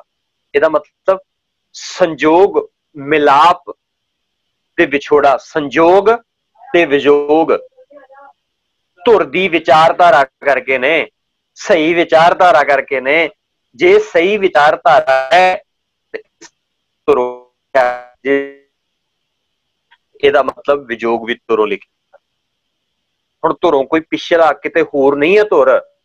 ਜਿਸ ਦਿਨ ਸੱਚ ਸਮਝ ਆ, ਜੇ ਸੱਚ ਨੂੰ ਲਿਆ, ਸੱਚ ਆ ਤੇ ਤੁਰਨਾ ਸ਼ੁਰੂ ਕਰ ਦਿੱਤਾ, ਉਸੇ ਦਿਨ ਤੋਂ ਧੁਰ ਹੈ, ਉਹੀ ਧੁਰ ਹੈ। ਤੇ ਜੇ ਉਸ ਸੱਚ ਨੂੰ ਸਮਝ ਕੇ ਚੱਲਦੇ ਗਏ ਤੇ ਸਾਰੀ ਜ਼ਿੰਦਗੀ ਸੰਜੋਗ ਹੈ, ਸਾਰੀ ਜ਼ਿੰਦਗੀ ਮਿਲੇ ਰਵਾਂਗੇ। ਜੇ ਉਸ ਵਿਚਾਰ ਨੂੰ ਨਾ ਸਮਝ ਕੇ ਚੱਲਾਂਗੇ ਤੇ ਉਸੇ ਵੇਲੇ ਵਿਜੋਗ ਪੈਣਾ ਸ਼ੁਰੂ ਹੋ ਜਾਏਗਾ, ਵਿਛੋੜਾ ਪੈਣਾ ਸ਼ੁਰੂ ਹੋ ਜਾਏਗਾ। ਹੁਣ ਗੁਰੂ ਸਾਹਿਬ ਇੱਥੇ ਕਹਿੰਦੇ ਅਨ ਦਿਨ ਸੁਖ ਮਾਣੈ ਨਿਤ ਰਲੀਆਂ, ਨਾਨਕ ਧੁਰ ਸੰਜੋਗੋ। ਹੁਣ ਧੁਰ ਸੰਜੋਗ ਕੀ ਸੀ? ਕਿਉਂਕਿ ਮੇਰੇ ਹਿਰਦੇ ਰੂਪੀ ਘਰ ਦੇ ਵਿੱਚ ਗੁਰੂ ਦੇ ਸ਼ਬਦ ਦੀ ਜਿਹੜੀ ਹੈ ਉਹ ਸੇਜ ਵਿਛ ਚੁੱਕੀ ਸੀ। ਧੁਰ ਸੰਜੋਗ ਬਣ ਗਿਆ। ਅਗਲਾ, ਇਸੇ ਦਾ ਅਗਲਾ ਬੰਦ ਹੈ ਸਤ ਭਾਵ ਦਾਨ ਭਾਵ ਸੱਚ, ਸੰਤੋਖ ਭਾਵ ਲਾਲਚ ਤੋਂ ਬਿਨਾਂ। ਜਦੋਂ ਸੱਤ ਆ ਗਿਆ, ਸੰਤੋਖ ਆ ਗਿਆ, ਫਿਰ ਕੀ ਹੋਇਆ? ਭਾਉ ਪਿਆਰ ਆ ਗਿਆ, ਅਦਬ ਆ ਗਿਆ। ਫਿਰ ਅੱਗੇ ਹੈ ਕੁੜਮ ਕੁੜਮਾਈ ਆਇਆ ਬਲਰਾਮ ਜੀ। ਇਹ ਹੈ ਕੁੜਮਾਈ ਦੀ ਰਸਮ। ਕਿਹਦੇ ਨਾਲ? ਮੇਰੇ ਰੱਬ ਦੇ ਨਾਲ ਮੇਰੀ ਕੁੜਮਾਈ ਦੀ ਰਸਮ। ਕਿ ਜਦੋਂ ਮੈਂ ਰੱਬ ਦੇ ਰਾਹ ਤੇ ਤੁਰਨਾ ਨਾ, ਰੱਬ ਨੂੰ ਸਹੁਰਾ ਘਰ ਬਣਾ ਕੇ ਚੱਲਣਾ, ਤੇ ਉਹਦੇ ਵਿੱਚ ਮੈਂ ਸਭ ਤੋਂ ਪਹਿਲਾਂ ਸੋਚਣਾ ਕਿ ਮੇਰੀ ਜ਼ਿੰਦਗੀ 'ਚ ਸੱਚ ਕਿੰਨਾ ਆ, ਤੇ ਉਸ ਸੱਚ ਦੀ ਜ਼ਿੰਦਗੀ ਤੇ ਚੱਲਦੇ ਆ ਮੈਂ ਲੋਕਾਂ ਦੇ ਲਈ ਬਲੈਸਫੁਲ ਕਿੰਨਾ ਆ, ਮੈਂ ਲੋਕਾਂ ਦਾ ਮਦਦਗਾਰ ਕਿੰਨਾ ਆ, ਮੇਰੇ ਅੰਦਰ ਦਇਆ ਕਿੰਨੀ ਹੈ, ਮੇਰੇ ਅੰਦਰ ਕਿਸੇ ਨਾਲ ਸਾਂਝ ਰੱਖਣ ਦੀ ਦਿਲੋਂ ਤਾਂਘ ਕਿੰਨੀ ਹੈ। ਜਿਵੇਂ ਬਾਣੀ 'ਚ ਇੱਕ ਸ਼ਬਦ ਆਉਂਦਾ ਆ ਜਪਜੀ ਸਾਹਿਬ 'ਚ, ਅੱਖਰਾਂ ਸਿਰ ਸੰਜੋਗ ਵਖਾਣ। ਅੱਖਰ ਭਾਵ ਸ਼ਬਦ, ਤੇ ਸਬਜਾਂ ਸ਼ਬਦ ਨਿਰਭਰ ਕਰਦਾ ਆ ਕਿ ਸੰਜੋਗ ਵਿਖਾਣੇ ਨੇ। ਅੱਖਰਾਂ ਤੇ ਨਿਰਭਰ ਕਰਦਾ ਹੈ ਕਿ ਸੰਜੋਗ ਹੈ, ਤੇ ਅੱਖਰਾਂ ਤੇ ਨਿਰਭਰ ਕਰਦਾ ਹੈ ਕਿ ਵਿਜੋਗ ਹੈ। ਹੁਣ ਗੁਰੂ ਸਾਹਿਬ ਕਹਿੰਦੇ ਮੇਰੀ ਜ਼ਿੰਦਗੀ 'ਚ ਆ ਜਾਏ ਸਤ ਸੰਤੋਖ ਕਰ ਭਾਉ ਕੁੜਮ ਕੁੜਮਾਈ ਆਇਆ ਬਲਰਾਮ ਜੀ। ਮੇਰੀ ਜ਼ਿੰਦਗੀ 'ਚ ਸਤ ਤੇ ਸੰਤੋਖ ਆ ਗਿਆ। ਇਹ ਮੇਰਾ ਕੁੜਮ ਕੁੜਮਾਈ ਹੈ ਰੱਬ ਦੇ ਨਾਲ, ਰੱਬ ਦੇ ਘਰ ਪਹੁੰਚਣ ਦੇ ਨਾਲ। ਹੁਣ ਰੱਬ ਦਾ ਘਰ ਪਹੁੰਚਣਾ ਕਿਤੇ ਹੋਰ ਨਹੀਂ ਹੈ, ਇਸ ਜ਼ਿੰਦਗੀ 'ਚ ਚਲਦਿਆਂ ਚਲਦਿਆਂ ਹੀ ਰੱਬ ਨੂੰ ਮਹਿਸੂਸ ਕਰਨਾ ਆ। ਸੰਤ ਜਨਾ ਕਰ ਮੇਲ ਗੁਰਬਾਣੀ ਗਵਾਈਆ ਬਲਰਾਮ ਜੀਓ। ਸੰਤ ਜਨਾਂ ਨਾਲ ਮਿਲ ਕੇ ਬੈਠ ਕੇ ਵਿਚਾਰ ਕੀਤੀ, ਗੱਲ ਕੀਤੀ, ਸਮਝ ਆਈ, ਤੇ ਸਮਝ ਆਈ ਜਦੋਂ ਤੇ ਫਿਰ ਕੀ ਹੋਇਆ? ਬਾਣੀ ਗੁਰ ਗਾਈ ਪਰਮਗਤ ਪਾਈ ਪੰਚ ਮਿਲੇ ਸੁਹਾਇਆ। ਮੇਰੀ ਜ਼ਿੰਦਗੀ ਦੇ ਪੰਜ ਜਿਹੜੇ ਸਨ, ਕਾਮ ਕ੍ਰੋਧ ਲੋਭ ਮੋਹ ਹੰਕਾਰ, ਗਲਤ ਪਾਸੇ ਜਾਂਦੇ ਸਨ, ਗੁਰੂ ਦੀ ਸ਼ਬਦ ਦੇ ਨਾਲ ਸਮਝ ਆ ਗਈ ਕਿ ਇਹਨਾਂ ਨੂੰ ਮੈਂ ਆਪਣੇ ਵੱਸ 'ਚ ਕਿਵੇਂ ਰੱਖਣਾ ਹੈ, ਮੈਂ ਕੰਟਰੋਲ 'ਚ ਕਿਵੇਂ ਰੱਖਣਾ ਆ, ਮੈਂ ਇਹਨਾਂ ਤੋਂ ਸਹੀ ਕੰਮ ਕਿਵੇਂ ਲੈਣਾ ਆ, ਮੈਂ ਇਹਨਾਂ ਦੀ ਦੁਰਵਰਤੋਂ ਨਾ ਕਰਕੇ ਸੁਰਵਰਤੋਂ ਕਿਵੇਂ ਕਰਨੀ ਹੈ। ਪੰਚ ਮਿਲੇ ਸੁਹਾਇਆ, ਉਹੀ ਮੇਰੇ ਅੰਦਰ ਮੈਨੂੰ ਗਲਤ ਰਾਹ ਤੇ ਲੈ ਕੇ ਜਾਂਦੇ ਸੀ, ਪਰ ਜਿੱਦਣ ਸਤ ਸੰਤੋਖ ਆ ਗਿਆ, ਗੁਰੂ ਦੀ ਸਮਝ ਆ ਗਈ, ਉਹ ਮੈਨੂੰ ਭਲੇ ਰਸਤੇ ਤੇ ਲੈ ਕੇ ਜਾਣ ਲੱਗ ਪਏ। ਅੱਗੇ ਗਿਆ ਕ੍ਰੋਧ ਮਮਤਾ ਤਨਾਟੀ ਪਾਖੰਡ ਭਰਮ ਗਵਾਇਆ, ਹਉਮੈ ਪੀਰ ਗਈ ਸੁਖ ਪਾਇਆ, ਅਰੋਗਤ ਪੈ ਸ਼ਰੀਰਾ ਗੁਰ ਪ੍ਰਸਾਦੀ ਬ੍ਰਹਮ ਪਛਾਤਾ ਨਾਨਕ ਗੁਣੀ ਗਹੀਰਾ। ਹੁਣ ਜਿਹੜੀ ਗੱਲ ਮੈਂ ਕਹਿਣੀ ਚਾਹੁੰਦਾ ਸੀਗਾ ਕਿ ਇਹ ਸ਼ਬਦ ਜਦੋਂ ਅਸੀਂ ਪੜ੍ਹਦੇ ਹਾਂ ਤੇ ਸਾਨੂੰ ਕਲੀਅਰ ਹੋ ਰਿਹਾ ਕਿ ਗੁਰੂ ਸਾਹਿਬ ਜਿਹੜੇ ਨੇ, ਗੁਰੂ ਰਾਮਦਾਸ ਪਾਤਸ਼ਾਹ ਨੇ, ਉਹ ਸਾਨੂੰ ਰੱਬ ਦੇ ਮਿਲਾਪ ਦੀ, ਰੱਬ ਦੇ ਵਿਆਹ ਦੀ ਗੱਲ ਕਰ ਰਹੇ ਆ। ਜਿੱਦਾਂ ਆਪਾਂ ਸ਼ਬਦ ਪੜ੍ਹਦੇ ਨਾ, ਵਿਆਹ ਹੋਆ ਮੇਰੇ ਬਾਬਲਾ, ਉਹਦੀ ਅਗਲੀ ਪੰਕਤੀ ਹੈ ਗੁਰਮੁਖੇ ਅਰਥ ਪਾਇਆ। ਗੁਰਮੁਖ ਜਨਾਂ ਨੇ ਹਰੀ ਦੀ ਵਿਚਾਰਧਾਰਾ ਨੂੰ ਪਾ ਲਿਆ ਤੇ ਇਹੀ ਉਹਨਾਂ ਦਾ ਵਿਆਹ ਆ। ਇਹ ਸ਼ਬਦ ਨੂੰ ਜਦੋਂ ਤੁਸੀਂ ਸਾਰਾ ਪੜ੍ਹੋਗੇ ਤੇ ਇਹ ਸਾਰਾ ਹੀ ਸ਼ੰਤ ਜਿਹੜਾ ਆ ਸਾਨੂੰ ਇਸ ਪਾਸੇ ਲੈ ਕੇ ਜਾ ਰਿਹਾ ਆ, ਸਾਨੂੰ ਇਹ ਸਮਝਾ ਰਿਹਾ ਆ ਕਿ ਜ਼ਿੰਦਗੀ ਚੋਂ ਪਖੰਡ ਕੱਢ ਦਿੱਤੇ, ਜ਼ਿੰਦਗੀ ਚੋਂ ਵਹਿਮ ਕੱਢ ਦਿੱਤਾ, ਆਪਣੇ ਪੰਜ ਵਿਕਾਰਾਂ ਨੂੰ ਸਹੀ ਰਾਹ ਤੇ ਲੈ ਜਾਂਦਾ, ਸੁਰਵਰਤੋਂ ਕਰਨੀ ਸ਼ੁਰੂ ਕਰ ਦਿੱਤੀ, ਤੇ ਸਾਡਾ ਵਿਆਹ ਜਿਹੜਾ ਉਹ ਰੱਬ ਨਾਲ ਹੋ ਗਿਆ।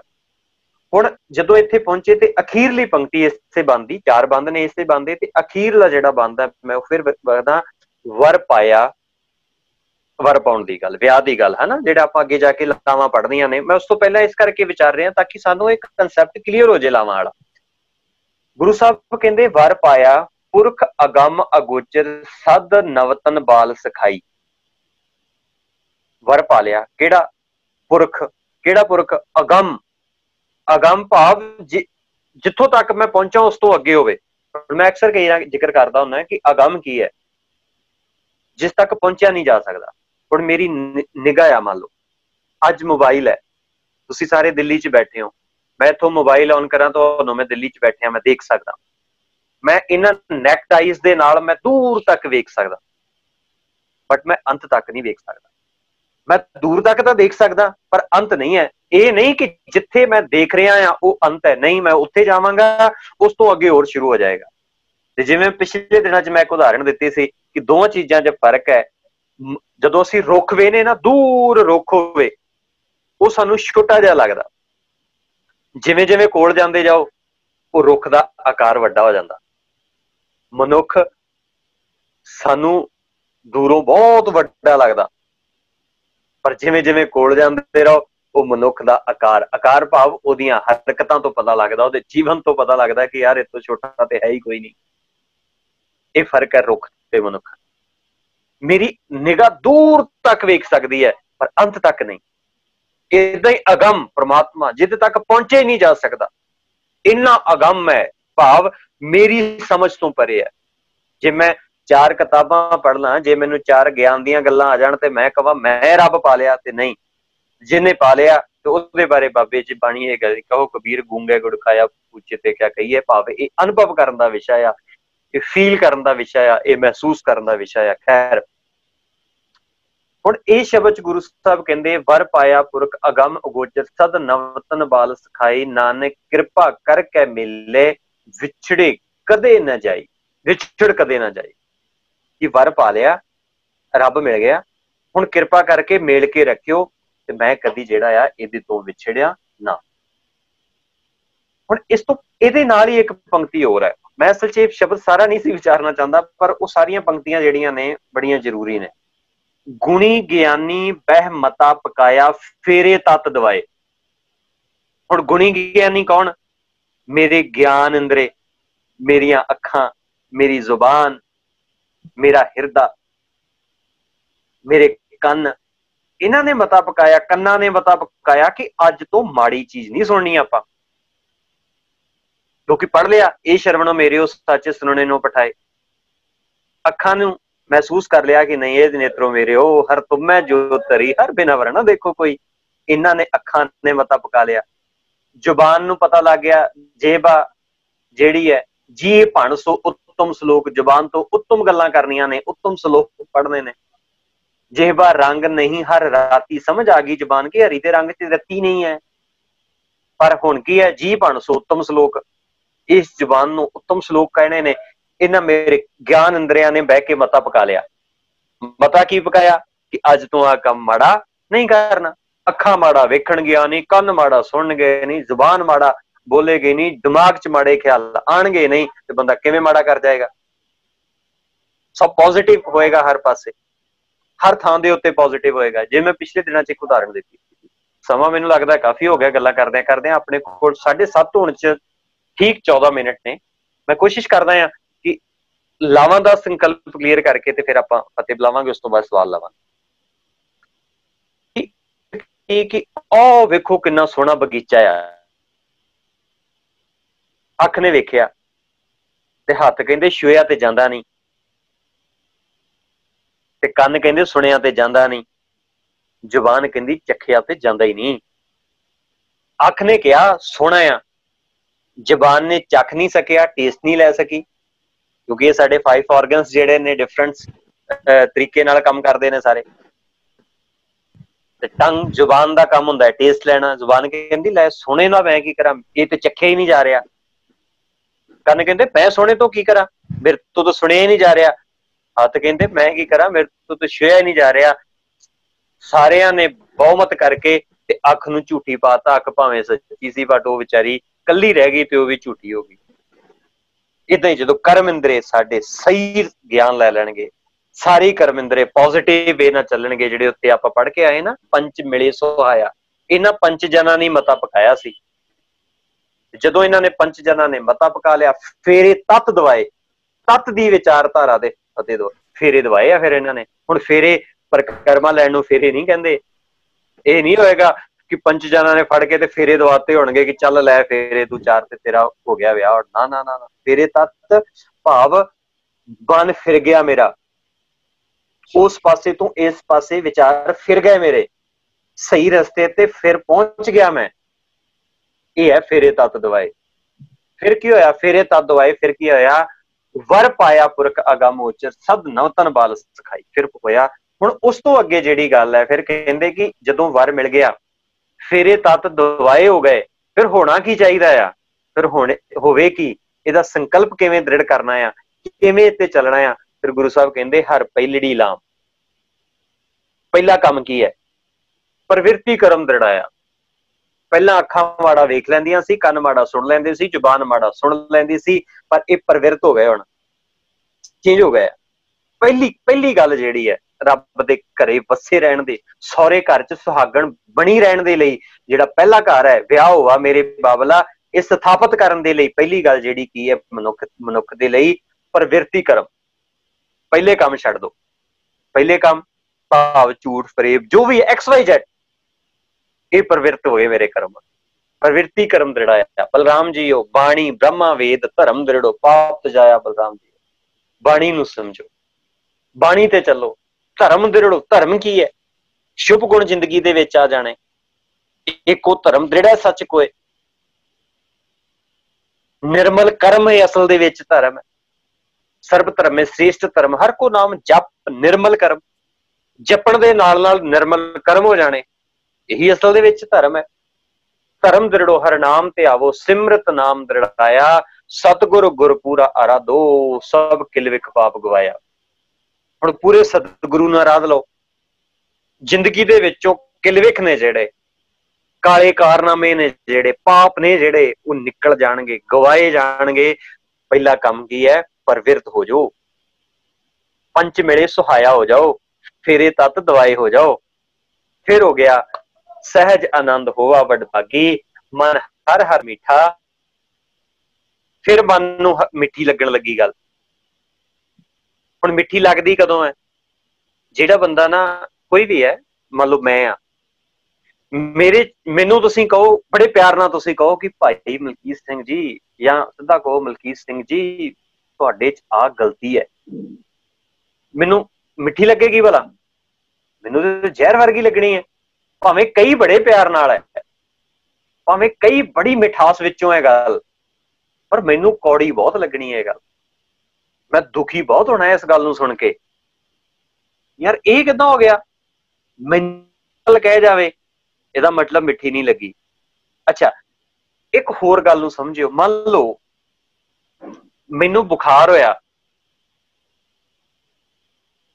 मैं बीमार हाँ, मैनू ना ते खीर चंगी लगनी है, ना मैनू पानी चंगा लगना है, ना मैनू कोई दुनिया की मिठी चीज चंगी लगनी है, क्योंकि मैनू तो बुखार है, मेरी जुबान का टेस्ट खराब है। वधिया तो वधिया चीज लिया के भी मेरे सामने रखो तो मैं कहूंगा ये नहीं स्वाद हैगी। क्यों? क्योंकि मेरी जुबान का टेस्ट खराब है, मेरा अपना स्वाद खराब है।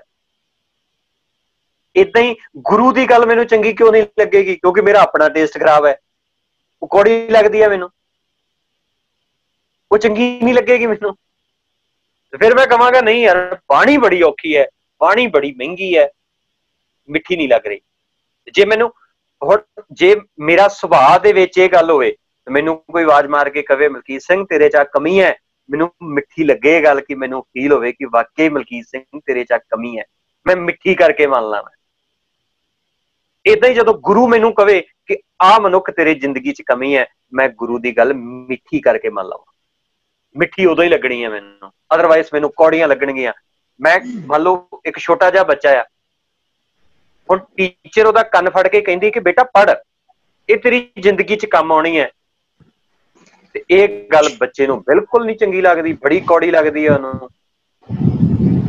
वो टीचर नाल नफरत पाल लैंदा है 12वीं तक, शुक्र मनाउंदा है कि मैं कदों स्कूल चों निकलां, पर जदों टीचर बन जांदा उदों उहनूं महसूस हुंदा कि नहीं नहीं। सुभाਅ जदों बन गया ना गुरु नूं समझण वाला, सेज सुखाली हो गई, ते उदों हर एक गल मिठी लगन लग पैणी। सहज आनंद होवा वड भागी, मन हर हर मीठा लाया। फिर मन नूं मिठियां लगणियां ये चीजां, अदरवाइज कौड़ियां लगणियां ने। जन कहे नानक लाओ पहली आरंभ काज रचाया, ये मेरा आरंभक कारज है। किहड़ा आरंभक कारज है? मैं प्रवृत्त हो जाना है, पहले काम सारे छड्ड देने ने, बाणी नूं पढ़ना शुरू कर देना है। हुण इत्थे एक गल मैं होर क्लीयर करनी चाहना है, क्योंकि रिकॉर्डिंग भी हो रही है, पूर्णा तक भी जानी है। ते हुण कई वीर भैणां साडे कह दिंदे कि गुरु किरपा करेगा ते बाणी पढ़ लवांगे। अच्छा हुण गुरु साहब इस लाम च की कह रहे भला? किन्ने विआहां ते असीं गए आ, ते किते इस चीज की यह व्याख्या मैनू नहीं लगता कि इदां होई होएगी कि भाई बाणी अपने आप शुरू होएगी। साडे नालों ते निर्मल बाबा चंगा रहा। निर्मल बाबा कह गया, कहंदा वो पुछदे साडी किरपा नहीं आई जी, कहंदे अच्छा तुहाडी किरपा नहीं आई, तुहाडे फ्रिज दे विच ना बोतल पई होनी ते ओहदा ढक्कन बंद है पैप्सी वाली दा, खोल दो ते उत्थे किरपा रुकी हुई है। उन्हें अपना काम उत्थों कढ लिया, ते सानू लगा कि नहीं नहीं किरपा होएगी फिर पढ़ांगे। सानू भी समझ आ जाती, बाणी पढ़ो किरपा अपने आप शुरू हो जानी। ਉਹਨੇ ਮਹੱਲੇ ਦੀਆਂ ਚਟਨੀਆਂ ਵਕਾ ਛੱਡੀਆਂ ਕਿ ਹਰੀ ਚਟਨੀ ਨਾਲ ਸਮੋਸੇ ਖਾਓ ਫਿਰ ਕਿਰਪਾ ਹੋਗੀ, ਲਾਲ ਚਟਨੀ ਨਾਲ ਸਮੋਸੇ ਖਾਓ ਫਿਰ ਕਿਰਪਾ ਹੋਗੀ। ਤੇ ਸਾਡਿਆਂ ਨੇ ਕਿਹਾ ਨਹੀਂ ਨਹੀਂ ਕੋਈ ਗੱਲ ਨਹੀਂ, ਜਦੋਂ ਗੁਰੂ ਸਾਹਿਬ ਨੇ ਕਿਰਪਾ ਕੀਤੀ, ਬਾਹ ਫੜੀ, ਤੇਰੇ ਤੇ ਆਪੇ ਕਿਰਪਾ ਹੋ ਗਈ, ਤੂੰ ਤੇ ਆਪੇ ਤੁਰ ਪੈਣਾ। ਪਰ ਗੁਰੂ ਸਾਹਿਬ ਕਹਿੰਦੇ ਮੇਰਾ ਆਰੰਭ ਕਾਰਜ ਜਿਹੜਾ ਆ ਨਾ, ਭਾਵ ਮੇਰੀ ਜ਼ਿੰਦਗੀ ਦਾ ਪਹਿਲਾ ਕੰਮ ਜਿਹੜਾ ਆ ਧਰਮ ਦੇ ਰਸਤੇ ਤੇ ਚੱਲਣ ਦਾ, ਸਹੁਰੇ ਘਰ ਜਾਣ ਦਾ, ਵਿਆਹੇ ਜਾਣ ਦਾ ਪਹਿਲਾ ਕਾਰਜ ਜਿਹੜਾ ਮੇਰਾ ਆ ਉਹ ਹੈ ਆਰੰਭ ਕਾਰਜ। ਆ ਜਿਹੜਾ ਉੱਤੇ ਹੈ ਪ੍ਰਵਿਰਤੀ ਕਰਮ, ਧਰਮ ਨੂੰ ਦ੍ਰਿੜਨਾ, ਬਾਣੀ ਨੂੰ ਗਾਉਣਾ, ਸਤਿਗੁਰ ਪੂਰੇ ਨੂੰ ਆਰਾਧਨਾ, ਆਪਣੀ ਜ਼ਿੰਦਗੀ ਚੋਂ ਪਾਪ ਗਵਾਉਣੇ, ਆਪਣੀ ਜ਼ਿੰਦਗੀ ਚੋਂ ਪਾਪ ਕੱਢਣੇ, ਇਹ ਹੈ ਮੇਰਾ ਆਰੰਭ ਕਾਰਜ। ਅਗਲੀ ਲਾਮ ਹੁਣ ਪੜਿਓ। ਅਗਲੀ ਲਾਮ ਚ ਫਿਰ ਜਿਹੜੀ ਹੈਗੀ ਕਿ ਹਰ ਦੂਜਰੀ ਲਾਮ ਸਤਿਗੁਰ ਪੁਰਖ ਮਿਲਾਇਆ ਬਲਰਾਮ ਜੀ। ਜਦੋਂ ਪਾਪ ਨਿਕਲ ਗਏ, ਧਰਮ ਦੇ ਰਸਤੇ ਤੇ ਤੁਰ ਪਏ, ਸੱਚ ਨੂੰ ਸਮਝਣ ਲੱਗ ਪਏ, ਤੇ ਕੀ ਹੋ ਗਿਆ? ਸਤਿਗੁਰ ਪੁਰਖ ਮਿਲਾਇਆ ਬਲਰਾਮ। ਇਸ ਤੋਂ ਪਹਿਲੇ ਬੰਦ ਦੇ ਵਿੱਚ ਲਾਸਟ ਵਾਲੇ ਬੰਦ ਤੇ ਜਾ ਕੇ ਇਹ ਗੱਲ ਆਈ ਸੀ, ਵਰ ਪਾਇਆ। ਪਰ ਇੱਥੇ ਦੂਸਰੇ ਕਹਿੰਦੇ ਹੁਣ ਦੂਜਾ ਕੰਮ ਕੀ ਹੋ ਗਿਆ? ਕਿਉਂਕਿ ਮੈਂ ਰਸਤੇ ਤੇ ਤੁਰ ਪਿਆ, ਮੇਰੇ ਕਰਮ ਪ੍ਰਵਿਰਤ ਹੋ ਗਏ, ਸਤਿਗੁਰ ਪੁਰਖ ਮਿਲ ਗਿਆ, ਕੋਲ ਕੋਲ ਮਹਿਸੂਸ ਹੋਣ ਲੱਗ ਪਿਆ ਰੱਬ ਮੈਨੂੰ ਜੋਤ ਜੋਤ ਹੈ ਸੋਏ ਸਭ ਮੈਂ ਚਾਨਣ, ਇਸ ਦਾ ਚਾਨਣ ਸਭ ਮੈਂ ਚਾਨਣ ਹੋਏ। ਮੈਨੂੰ ਸਮਝ ਆਉਣ ਲੱਗ ਪਈ ਹੁਣ ਸਾਰਿਆਂ ਚੋਂ ਉਸ ਰੱਬ ਦੀ, ਮਹਿਸੂਸ ਹੋਣ ਲੱਗ ਪਿਆ ਰੱਬ। ਇਹ ਹੈ ਸਤਿਗੁਰ। ਨਹੀਂ ਕੀ ਹੈ? ਨਿਰਭਉ ਭੈ ਮਨ ਹੋਏ। ਪਹਿਲੀ ਗੱਲ, ਮਨ ਨਿਰਭਉ ਹੋ ਗਿਆ। ਹੁਣ ਨਿਰਭਉ ਹੋਇਆ ਵਾ, ਪਰ ਰੱਬ ਦਾ ਭੈ ਜ਼ਰੂਰ ਹੈਗਾ ਆ। ਇਸ ਬਰੀਕੀ ਨੂੰ ਜ਼ਰੂਰ ਸਮਝ ਲਿਓ। ਕਹਿ ਦਿੰਦਾ ਮੈਂ ਤਾਂ ਕਿਸੇ ਤੋਂ ਡਰਦਾ ਹੀ ਨਹੀਂ ਜੀ, ਮੈਨੂੰ ਕੀ ਲੋੜ ਹੈ, ਮੈਂ ਨਹੀਂ ਡਰਦਾ। ਪਰ ਇੱਥੇ ਗੁਰੂ ਸਾਹਿਬ ਕਹਿੰਦੇ ਨਿਰਭਉ, ਨਿਰਭਉ ਹੋ ਜਾ ਤੂੰ, ਡਰ ਨਾ ਕਿਸੇ ਕੋਲੋਂ, ਕਿਉਂਕਿ ਰੱਬ ਨਿਰਭਉ ਹੈ, ਉਹਨੂੰ ਕਿਸੇ ਦਾ ਡਰ ਨਹੀਂ। ਤੂੰ ਵੀ ਨਿਰਭਉ ਹੋ, ਪਰ ਕੀ ਹੈ? ਆਪਣੇ ਮਨ ਦੇ ਵਿੱਚ ਇੱਕ ਭੈ ਜ਼ਰੂਰ ਰੱਖ। ਹੁਣ ਭੈ ਕੀ ਰੱਖਣਾ? ਕਿ ਗਲਤ ਰਾਹ ਤੇ ਤੁਰਨ ਦਾ ਭੈ ਜਿਹੜਾ ਨਾ, ਉਹ ਤੇਰੀ ਜ਼ਿੰਦਗੀ ਚ ਹੋਣਾ ਚਾਹੀਦਾ। ਬੇਈਮਾਨੀ ਕਰਨ ਦਾ ਭੈ ਤੇਰੀ ਜ਼ਿੰਦਗੀ ਚ ਹੋਣਾ ਚਾਹੀਦਾ। ਝੂਠ ਬੋਲਣ ਦਾ ਭੈ ਮਨੁੱਖ ਤੇਰੀ ਜ਼ਿੰਦਗੀ ਚ ਹੋਣਾ ਚਾਹੀਦਾ। ਜਦੋਂ ਤੇਰੀ ਜ਼ਿੰਦਗੀ ਦੇ ਵਿੱਚ ਝੂਠ ਬੋਲਣ ਦਾ ਭੈ ਹੋਏਗਾ, ਬੇਈਮਾਨੀ ਕਰਨ ਦਾ ਭੈ ਹੋਏਗਾ, ਗਲਤ ਰਸਤੇ ਤੇ ਤੁਰਨ ਦਾ ਜਿਹੜਾ ਆ ਭੈ ਹੋਏਗਾ, ਤੇ ਤੂੰ ਕਦੀ ਵੀ ਗਲਤ ਰਸਤੇ ਤੇ ਨਹੀਂ ਤੁਰੇਗਾ। ਨਿਰਭਉ ਹੋਣਾ ਆ, ਪਰ ਰੱਬ ਦਾ ਭੈ ਵੀ ਰੱਖਣਾ ਆ। ਨਿਰਭਉ ਭੈ ਮਨ ਹੋਏ, ਹਉਮੈ ਮੈਲ ਗਵਾਇਆ ਬਲਰਾਮ ਜੀਓ। ਹਉਮੈ ਦੀ ਮੈਲ ਗਵਾਣੀ ਹੈ, ਫਿਰ ਕੀ ਹੋਏਗਾ? ਨਿਰਮਲ ਭਉ ਪਾਇਆ, ਹਰ ਗੁਣ ਗਾਇਆ, ਹਰ ਵੇਖੈ ਰਾਮ ਹਦੂਏ। ਨਿਰਮਲ ਭਉ ਹੋ ਗਿਆ, ਹੁਣ ਡਰ ਨਹੀਂ ਰਹਿ ਗਿਆ। ਦੋ ਚੀਜ਼ਾਂ ਨੇ ਜੀ ਇੱਥੇ, ਹੋਰ ਸ਼ਾਇਦ ਬੱਚੇ ਵੀ ਸੁਣ ਰਹੇ ਹੋਣਗੇ ਜਾਂ ਬੱਚਿਆਂ ਤੱਕ ਵੀ ਵੀਡੀਓ ਜਾਣੀ ਹੈ। ਸਤਿਕਾਰ ਤੇ ਡਰ ਚ ਫਰਕ ਹੈ, ਭਉ ਤੇ ਨਿਰਮਲ ਭਉ ਚ ਫਰਕ ਹੈ।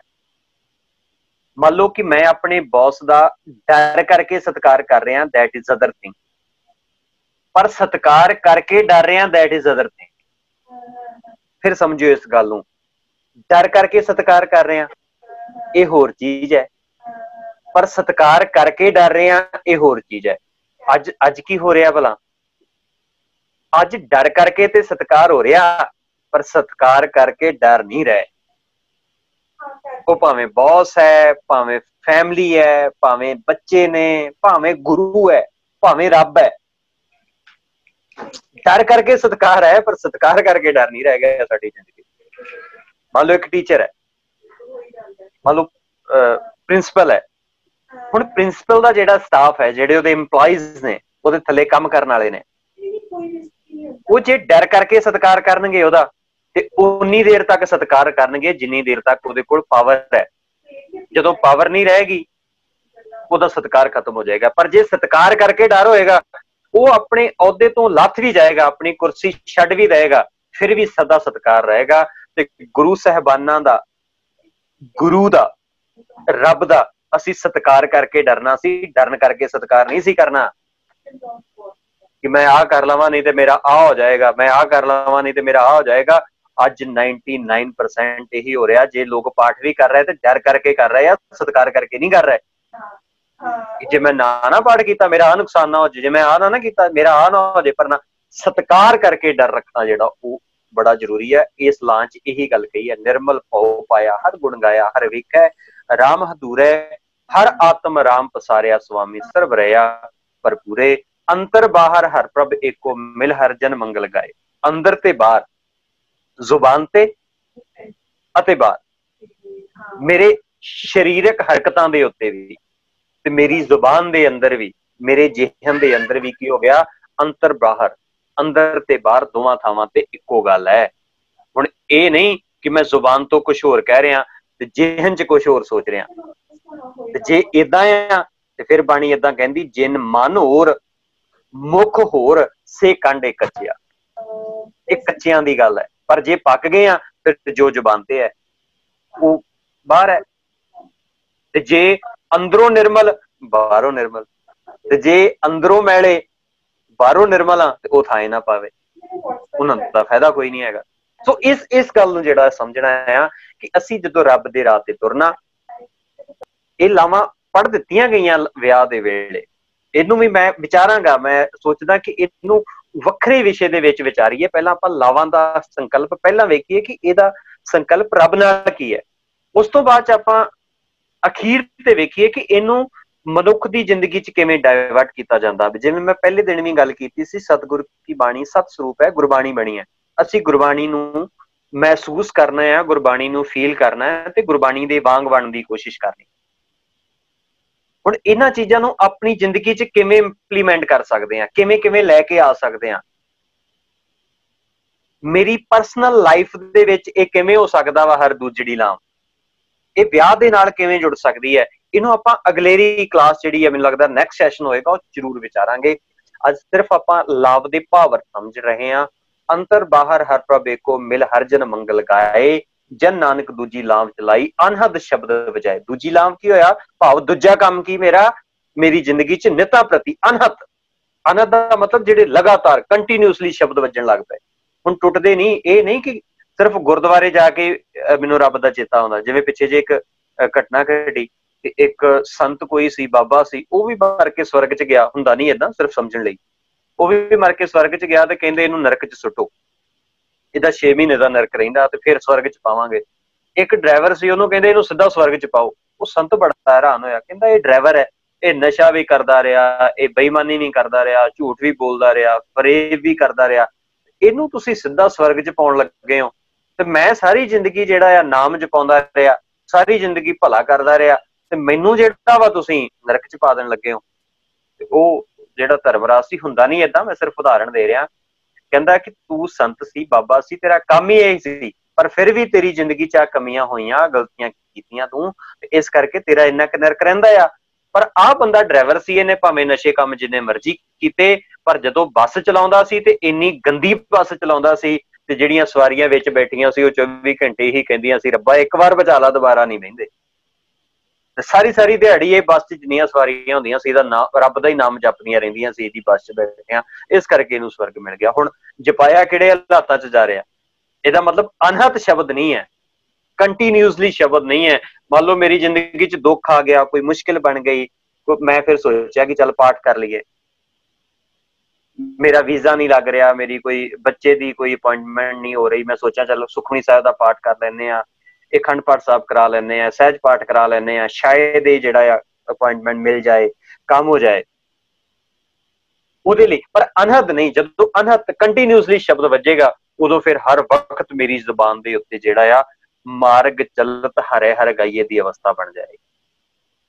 ਜਿੱਥੇ ਵੀ ਬੈਠੇ ਆ, ਦੁਕਾਨ ਤੇ ਬੈਠੇ ਆ, ਬੱਸ ਚ ਬੈਠੇ ਆ, ਘਰ ਚ ਬੈਠੇ ਆ, ਹਰ ਥਾਂ ਦੇ ਉੱਤੇ ਇਹ ਹੋਏਗਾ, ਉਠਤ ਬੈਠਤ ਸੋਵਤ ਧਿਆਈ ਹੈ, ਮਾਰਗ ਚਲਤ ਹਰੇ ਹਰ ਗਾਈਏ ਦੀ ਅਵਸਥਾ ਜਿਹੜੀ ਹੈ ਉਹ ਬਣ ਜਾਏਗੀ। ਸੋ ਮੈਨੂੰ ਲੱਗਦਾ ਕਿ ਅੱਜ 2 ਲਾਵਾਂ ਹੀ ਆਪਾਂ ਇੱਥੇ ਸਟਾਪ ਕਰਾਂਗੇ।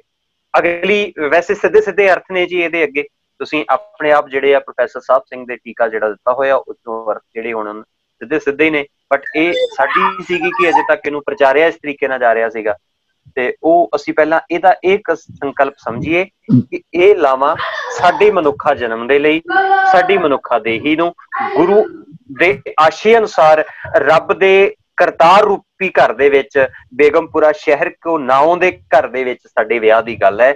ਇਹ ਉਸ 4 ਲਾਵਾਂ ਦਾ ਜਿਹੜਾ ਜ਼ਿਕਰ ਹੈ ਕਿਤੇ ਨਹੀਂ ਹੈ। ਵੀਰ ਜੀ 10 ਮਿੰਟ ਲਗਾ ਸਕਦੇ ਹਾਂ ਹੋਰ? लगा सकते? मैं हाँ जी, सोचा हाँ। घंटा हो गया, बोर नहीं ना कोई हो गए हुण सारे। नहीं नहीं नहीं नहीं लगा सकते, बड़ा कनेक्ट होया पिया। ठीक है, thank you ji, thank you, बहुत बहुत धन्यवाद जी सारिਆਂ ਦਾ। ਤੇ हाँ जी, ਹੁਣ ਤੀਸਰੀ ਫਿਰ ਆਪਾਂ ਲਾਵਾਂ ਕੰਪਲੀਟ ਕਰ ਲਈਏ ਜੀ, ਮੈਂ ਸੋਚਦਾ ਹੈ ਨਾ ਜੀ। ਹੁਣ ਤੀਸਰੀ ਲਾਵ ਹੈ, ਹਰ ਤੀਜੜੀ ਲਾਵ ਮਨ ਚਾਉ ਭਇਆ ਬੈਰਾਗੀਆ ਬਲਰਾਮ ਜੀ। ਇਹਨੂੰ ਇਦਾਂ ਸਮਝੀਏ ਕਿ ਜਿਸ ਦਿਨ ਮੈਂ ਝੂਠ ਛੱਡਿਆ, ਜਿਸ ਦਿਨ ਮੈਂ ਬੇਈਮਾਨੀ ਛੱਡੀ, ਤੇ ਉਸ ਦਿਨ ਮੇਰੀ ਜ਼ਿੰਦਗੀ 'ਚ ਸੱਚ ਜਿਹਾ ਆਉਣਾ ਸ਼ੁਰੂ ਹੋ ਗਿਆ।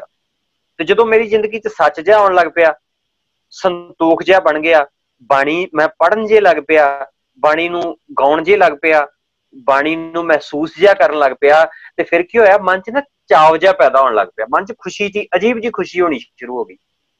ਮਨ ਸਦਾ ਖਿੜਿਆ ਖਿੜਿਆ ਰਹਿਣ ਲੱਗ ਪਿਆ, ਜਿਹਨੂੰ ਬਾਣੀ 'ਚ ਕਿਹਾ ਨਾਨਕ ਭਗਤਾਂ ਸਦਾ ਵਿਗਾਸ। ਖਿੜਾ ਆ ਗਿਆ ਮੇਰੀ ਜ਼ਿੰਦਗੀ 'ਚ, ਕਿਉਂਕਿ ਪਾਪ ਨਿਕਲ ਗਏ, ਬੇਈਮਾਨੀ ਨਿਕਲ ਗਈ। ਤੇ ਮੈਂ ਅਕਸਰ ਸਾਰਿਆਂ ਨਾਲ ਇਹ ਗੱਲ ਕਰਦਾ ਕਿ ਜਿਹੜੇ ਲੋਕ ਖੁਸ਼ ਹੁੰਦੇ ਆ ਨਾ, ਉਹ ਕਦੀ ਕਿਸੇ ਦਾ ਮਾੜਾ ਨਹੀਂ ਜੇ ਸੋਚਦੇ, ਕਦੀ ਨਹੀਂ ਸੋਚਣਗੇ ਮਾੜਾ। ਮੰਨ ਲਓ ਮੈਂ ਖੁਸ਼ ਹਾਂ ਨਾ, ਮੈਂ ਹੱਸ ਰਿਹਾ, ਸਾਰਾ ਦਿਨ ਮੈਂ ਖੁਸ਼ ਰਹਿਣਾ, ਤੇ ਮੇਰੇ ਤੇ ਦਿਮਾਗ 'ਚ ਹੀ ਨਹੀਂ ਗੱਲ ਆਣੀ ਕਿ ਕਿਸੇ ਦਾ ਮਾੜਾ ਹੋ ਜੇ, ਕਿਸੇ ਦਾ ਨੁਕਸਾਨ ਹੋ ਜੇ। ਮੈਂ ਅਕਸਰ ਬੱਚਿਆਂ ਨਾਲ ਗੱਲ ਕਰਦਾ ਹੁੰਦਾ ਕਿ ਜਦੋਂ ਅਸੀਂ ਨਾ ਘਰੇ ਹੋਈਏ, ਸਾਡੇ ਪਾਪਾ, ਸਾਡੀ ਮਦਰ, ਸਾਡੇ ਗ੍ਰੈਂਡ ਪੇਰੈਂਟ ਬੜੇ ਖੁਸ਼ ਹੋਣ, ਤੇ ਉਹਨਾਂ ਨੇ ਕਦੀ ਕਿਹਾ ਕਿ ਪੁੱਤ ਤੈਨੂੰ ਬੜੀ ਕੁੱਟ ਪੈਣੀ ਅੱਜ। ਜਦੋਂ ਉਹ ਟੈਨਸ਼ਨ 'ਚ ਹੋਣ ਨਾ, ਦੁਵਿਧਾ 'ਚ ਹੋਣ, ਕਿਤੇ ਨਾ ਕਿਤੇ ਕੋਈ ਮੁਸ਼ਕਿਲ ਬਣੀ ਹੋਵੇ, ਕਿਸੇ ਨਾ ਕਿਸੇ ਸਮੱਸਿਆ 'ਚ ਹੋਣ, ਤੇ ਫਿਰ ਮਾੜਾ ਜਿਹਾ ਵੀ ਬੱਚਾ ਰੌਲਾ ਪਾਵੇ ਨਾ ਲਾਗੇ, ਤੇ ਕਹਿੰਦੇ ਪੁੱਤ ਵੇਖੀ ਤੈਨੂੰ ਕੁੱਟ ਕਿੱਦਾਂ ਪੈਂਦੀ ਹੈ। ਇਹਦਾ ਮਤਲਬ ਖੇੜੇ ਦੇ ਵਿੱਚ ਕਿਸੇ ਨੂੰ ਨੁਕਸਾਨ ਪਹੁੰਚਾਉਣ ਦੀ ਨਹੀਂ ਸੋਚਦਾ ਬੰਦਾ। ਤੇ ਬਾਬਾ ਨਾਨਕ ਕਹਿੰਦੇ ਕਿ ਖਿੜਿਆ ਖਿੜਿਆ ਰਹਿ ਸਦਾ, ਨਾਨਕ ਭਗਤਾਂ ਸਦਾ ਵਿਗਾ, ਸਦਾ ਹੀ ਖੇੜੇ 'ਚ ਰਹਿ।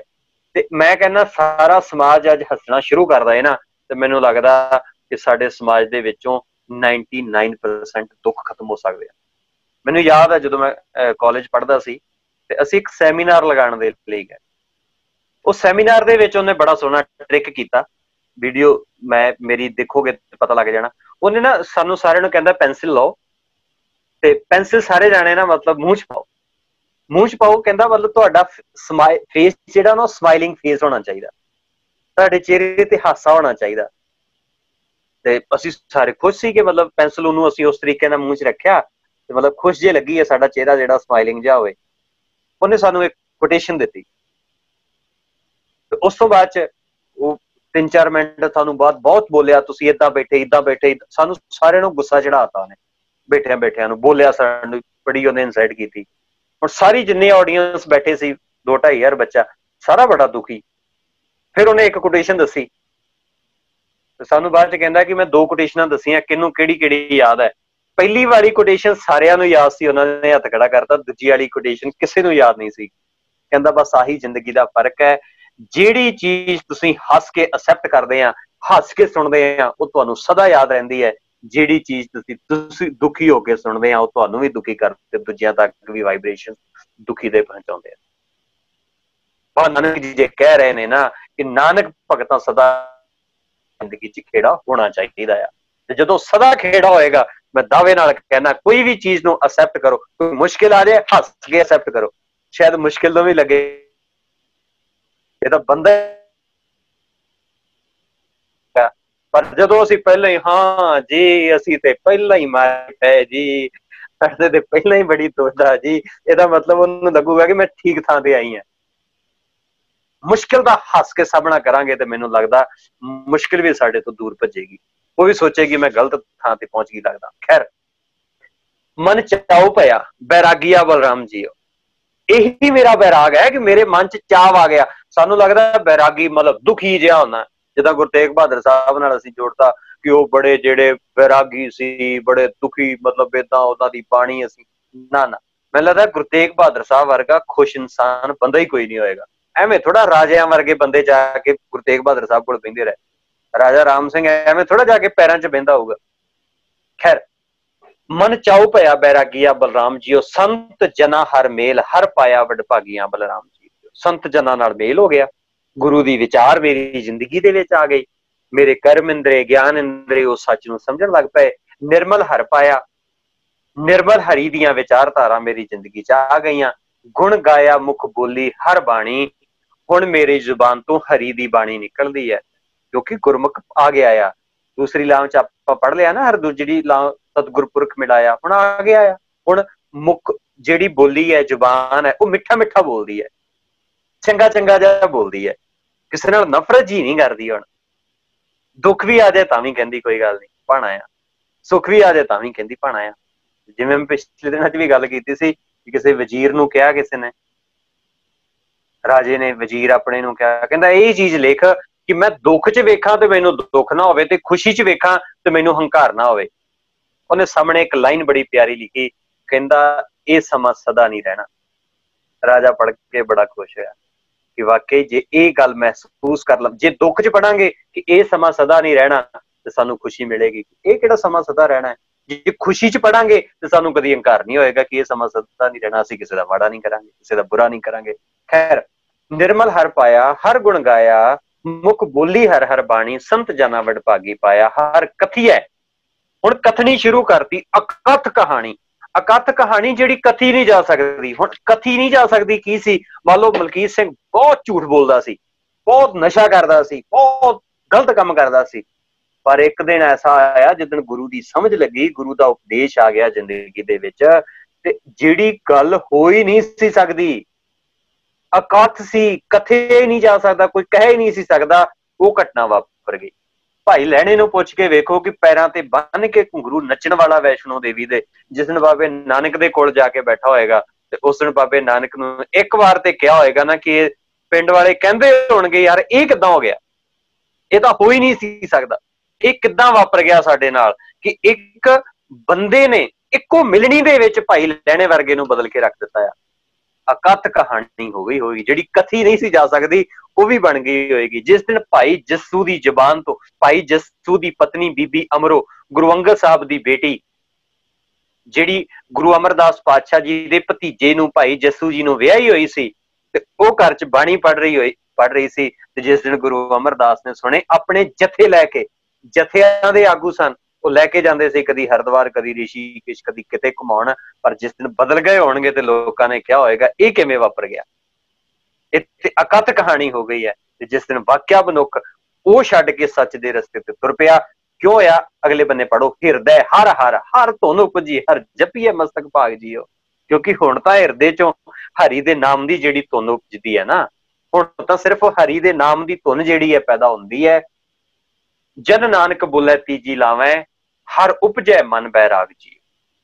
ये तीजा संकल्प है मेरी जिंदगी का, ये तीजा अध्याय है मेरी जिंदगी का, ये तीजा चैप्टर है मेरी जिंदगी का, ये तीजा स्टैप है मेरी जिंदगी का कि मेरे हिरदे दे विचों धुन उपजनी चाहिए, मेरी जुबान चों उपजे भावें ना उपजे, पर मेरे हिरदे च होनी चाहिए है, मेरे जिहन दे विच ओह गल होनी चाहिए है। हर चौथड़ी लाम मन सहज पया।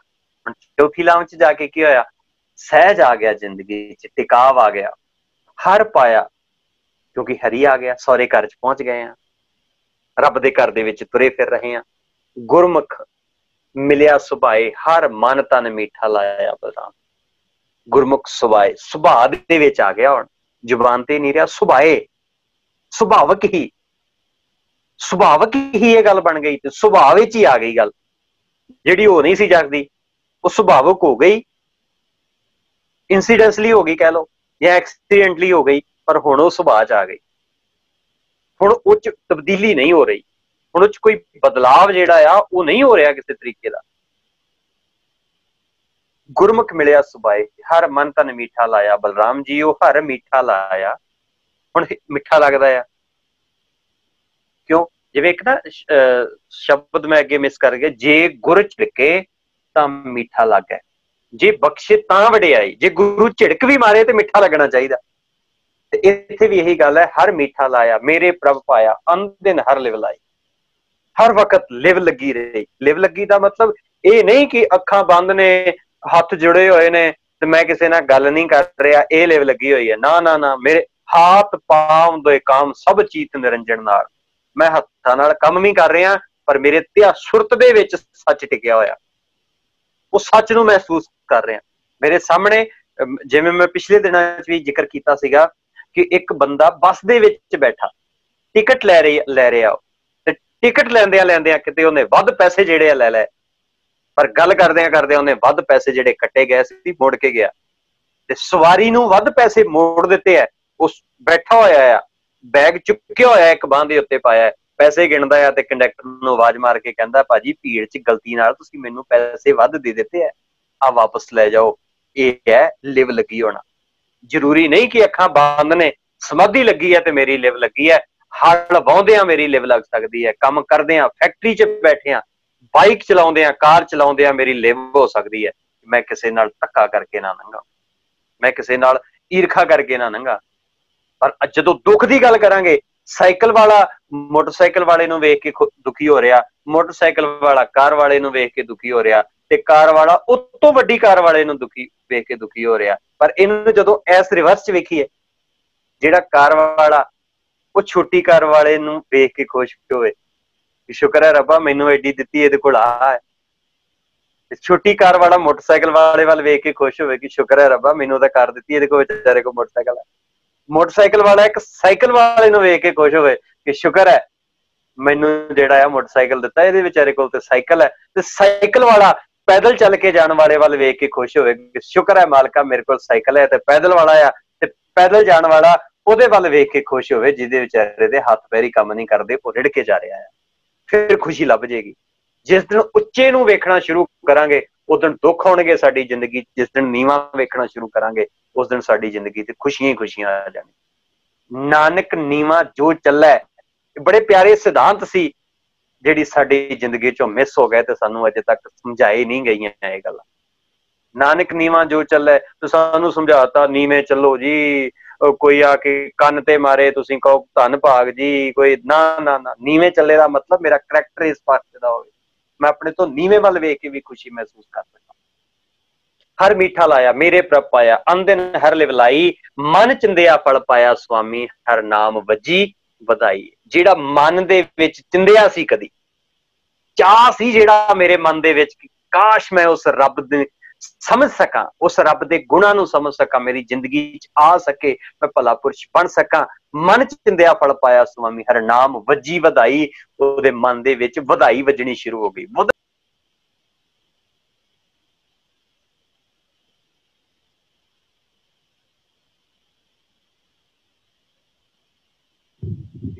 ਤੁਸੀਂ ਮਿਊਟ ਹੋ ਗਏ ਹੋ। ਘਟਿਆ। ਹਾਂਜੀ ਹੁਣ ਠੀਕ ਹੈ, ਮਿਊਟ ਹੋ ਗਏ ਸੀ। ਹੁਣ ਠੀਕ ਹੈ ਜੀ। ਕਾਲ ਆ ਗਈ ਸੀ। ਵਧਾਈ ਜਦੋਂ ਨਾ ਅਸੀਂ ਸਾਡੇ ਪੰਜਾਬ ਦੇ ਵਿੱਚ ਦੁਆਬਾ ਏਰੀਆ ਤੇ ਜਦੋਂ ਕਿਸੇ ਦੀ ਮੈਰਿਜ ਹੋਵੇ, ਕੋਈ ਬੱਚਾ ਬਾਹਰ ਗਿਆ ਹੋਵੇ, ਕੋਈ ਵੀ XYZ ਜਦੋਂ ਖੁਸ਼ੀ ਹੋਵੇ ਤੇ ਉਹਨੂੰ ਉਦੋਂ ਕਹਿੰਦੇ ਵਧਾਈ ਹੋਵੇ। ਤੇ ਉਹ ਲੋਕ ਅੱਗੇ ਉਹ ਕਹਿੰਦੇ ਤੁਹਾਨੂੰ ਸਵਾ ਵਧਾਈ, ਕਿ ਤੁਹਾਨੂੰ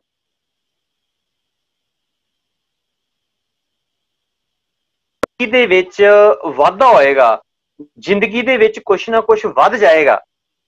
ਤੇ ਉਦੋਂ ਜਿਹੜਾ ਆ ਮਨ ਆਪਣੇ ਆਪ ਖੁਸ਼ ਰਹਿਣਾ ਸ਼ੁਰੂ ਕਰ ਦੇਗਾ। ਤੇ ਗੁਰੂ ਸਾਹਿਬ ਕਹਿੰਦੇ ਮੇਰੀ ਜ਼ਿੰਦਗੀ ਦੇ ਵਿੱਚ ਵਾਧਾ ਇਸ ਕਰਕੇ ਹੋਇਆ ਕਿਉਂਕਿ ਮੈਨੂੰ ਸਤਿਗੁਰੂ ਪੁਰਖ ਮਿਲ ਗਿਆ। ਮੇਰੇ ਮਨ ਦੀ ਜੋ ਇੱਛਾ ਸੀ ਸੱਚ ਦੇ ਰਾਹ ਤੇ ਤੁਰਨ ਦੀ, ਮੈਂ ਉਸ ਰਾਹ ਤੇ ਤੁਰਿਆ ਤੇ ਮੇਰੇ ਮਨ ਦੇ ਵਿੱਚ ਵਧਾਈ ਵੱਜੀ ਹੈ। ਹੁਣ ਵੱਧ ਗਿਆ ਆ ਮੇਰਾ ਮਨ, ਖੁਸ਼ ਹੋ ਗਿਆ ਆ, ਚਾਹ ਚੜ ਗਿਆ ਆ। ਹਰ ਪ੍ਰਭ ਠਾਕੁਰ ਕਾਜ ਰਚਾਇਆ, ਧਨ ਹਿਰਦੈ ਨਾਮ ਵਿਗਾਸੀ, ਕਾਜ ਜੱਜੇ ਦੇ ਥੱਲੇ ਫਿਰ ਔਂਕੜ ਹੈ। ਤੇ ਮੈਂ ਪਿਛਲੀ ਵਾਰ ਵੀ ਵਿਚਾਰ ਕੇ ਗਿਆ ਸੀ, ਕੀਤਾ ਲੋੜੀਏ ਕੰਮ ਸੋ ਹਰ ਪੈ ਆਖੀਏ, ਕਾਰਜ ਦੇ ਸਵਾਰ ਸਤਿਗੁਰ ਸਸਤਾਖੀਏ। ਕਾਰਜ ਜ਼ਿੰਦਗੀ ਰੂਪੀ ਕਾਰਜ, ਇੱਥੇ ਵੀ ਕਾਜ ਰਚਾਇਆ, ਭਾਵ ਜ਼ਿੰਦਗੀ ਰੂਪੀ ਕਾਜ ਸੀ ਜਿਹੜਾ ਉਹ ਗੁਰੂ ਸਾਹਿਬ ਤੂੰ ਰਚਾਇਆ ਸੀ, ਬਣਿਆ ਸੀ। ਤੇ ਤੇਰੇ ਰਾਹ ਤੇ ਚਲਦਿਆਂ ਚਲਦਿਆਂ ਹੁਣ ਉਹਨੂੰ ਸਮਝ ਆ ਗਈ ਹੈ। ਹਰ ਪ੍ਰਭ ਠਾਕੁਰ ਕਾਜ ਰਚਾਇਆ, ਧਨ ਹਿਰਦੈ ਨਾਮ ਵਿਗਾਸੀ। ਹਿਰਦੇ ਦੇ ਵਿੱਚ ਉਸ ਪ੍ਰਭੂ ਦਾ ਨਾਮ ਜਿਹੜਾ ਆ ਵਿਕਾਸ ਪੈਦਾ ਹੋ ਗਿਆ ਹੈ, ਖੇੜਾ ਪੈਦਾ ਹੋ ਗਿਆ ਹੈ। ਜਨ ਨਾਨਕ ਬੋਲੇ ਚੌਕੀ ਲਾਵੇਂ, ਹਰ ਪਾਇਆ ਪ੍ਰਭ ਅਵਿਨਾਸ਼ੀ। ਅਵਿਨਾਸ਼ੀ ਪ੍ਰਭ ਹੁਣ ਜ਼ਿੰਦਗੀ ਦੇ ਵਿੱਚ ਆ ਗਿਆ, ਮਿਲ ਗਿਆ ਹੈ। ਜਿਹੜਾ ਪਿਛਲੇ ਆਪਾਂ ਬੰਚ ਪੜ੍ਹ ਕੇ ਆਏ ਵਰ ਪਾਇਆ, ਇੱਥੇ ਆ ਕੇ ਕਹਿੰਦੇ ਪ੍ਰਭ ਪਾਇਆ ਅਵਿਨਾਸ਼ੀ। ਹੁਣ ਉੱਥੇ ਵਰ ਕਿਹਾ ਗੁਰੂ ਸਾਹਿਬ ਨੇ, ਇੱਥੇ ਪ੍ਰਭ ਕਿਹਾ ਆ, ਤਾਂ ਕਿ ਕਿਸੇ ਨਾਲ ਡਾਊਟ ਨਾ ਰਵੇ ਕਿ ਕਿਹੜੇ ਵਾਰ ਦੀ ਗੱਲ ਹੋ ਰਹੀ ਹੈ। ਇੰਨੀਆਂ ਬਰੀਕੀਆਂ, ਹਰ ਸਿਕੁਐਂਸ ਜਿਹੜਾ ਆ ਗੁਰੂ ਗ੍ਰੰਥ ਸਾਹਿਬ ਦੇ ਵਿੱਚ ਬੜੀ ਬਰੀਕੀ ਦੇ ਨਾਲ ਜਿਹੜਾ ਗੁਰੂ ਸਾਹਿਬ ਨੇ ਦਿੱਤਾ, ਹਰ ਗੱਲ ਦਾ ਜਿਹੜਾ ਆ ਉਹ ਧਿਆਨ ਰੱਖਿਆ। ਸੋ ਸਮਾਂ ਮੈਨੂੰ ਲੱਗਦਾ ਮੈਂ ਕਾਫੀ ਜ਼ਿਆਦਾ ਲੈ ਗਿਆ ਹੋਇਆ, ਤੇ ਉਹਦੇ ਲਈ ਮੈਂ ਸਭ ਤੋਂ ਪਹਿਲਾਂ ਮਾਫੀ ਚਾਹੁੰਦਾ ਆ। ਅਗਲੀ ਗੱਲਬਾਤ ਜਿਹੜੀ ਆ ਉਹ ਆਪਾਂ ਕਰਦੇ, ਦੋਵੇਂ ਹੱਥ ਜੋੜ ਕੇ ਮਾਫੀ, ਸਮਾਂ ਵੱਧ ਲੈਣ ਦੇ ਲਈ। ਹੁਣ ਜੇ ਤੁਹਾਡੇ ਕੋਈ ਸਵਾਲ ਨੇ 2-4 ਮਿੰਟ ਤੇ ਆਪਾਂ ਕਰ ਲਈਏ, ਫਿਰ ਉਸ ਤੋਂ ਬਾਅਦ ਆਪਾਂ ਕੰਟੀਨਿਊ ਕਰਾਂਗੇ। ਹਾਂਜੀ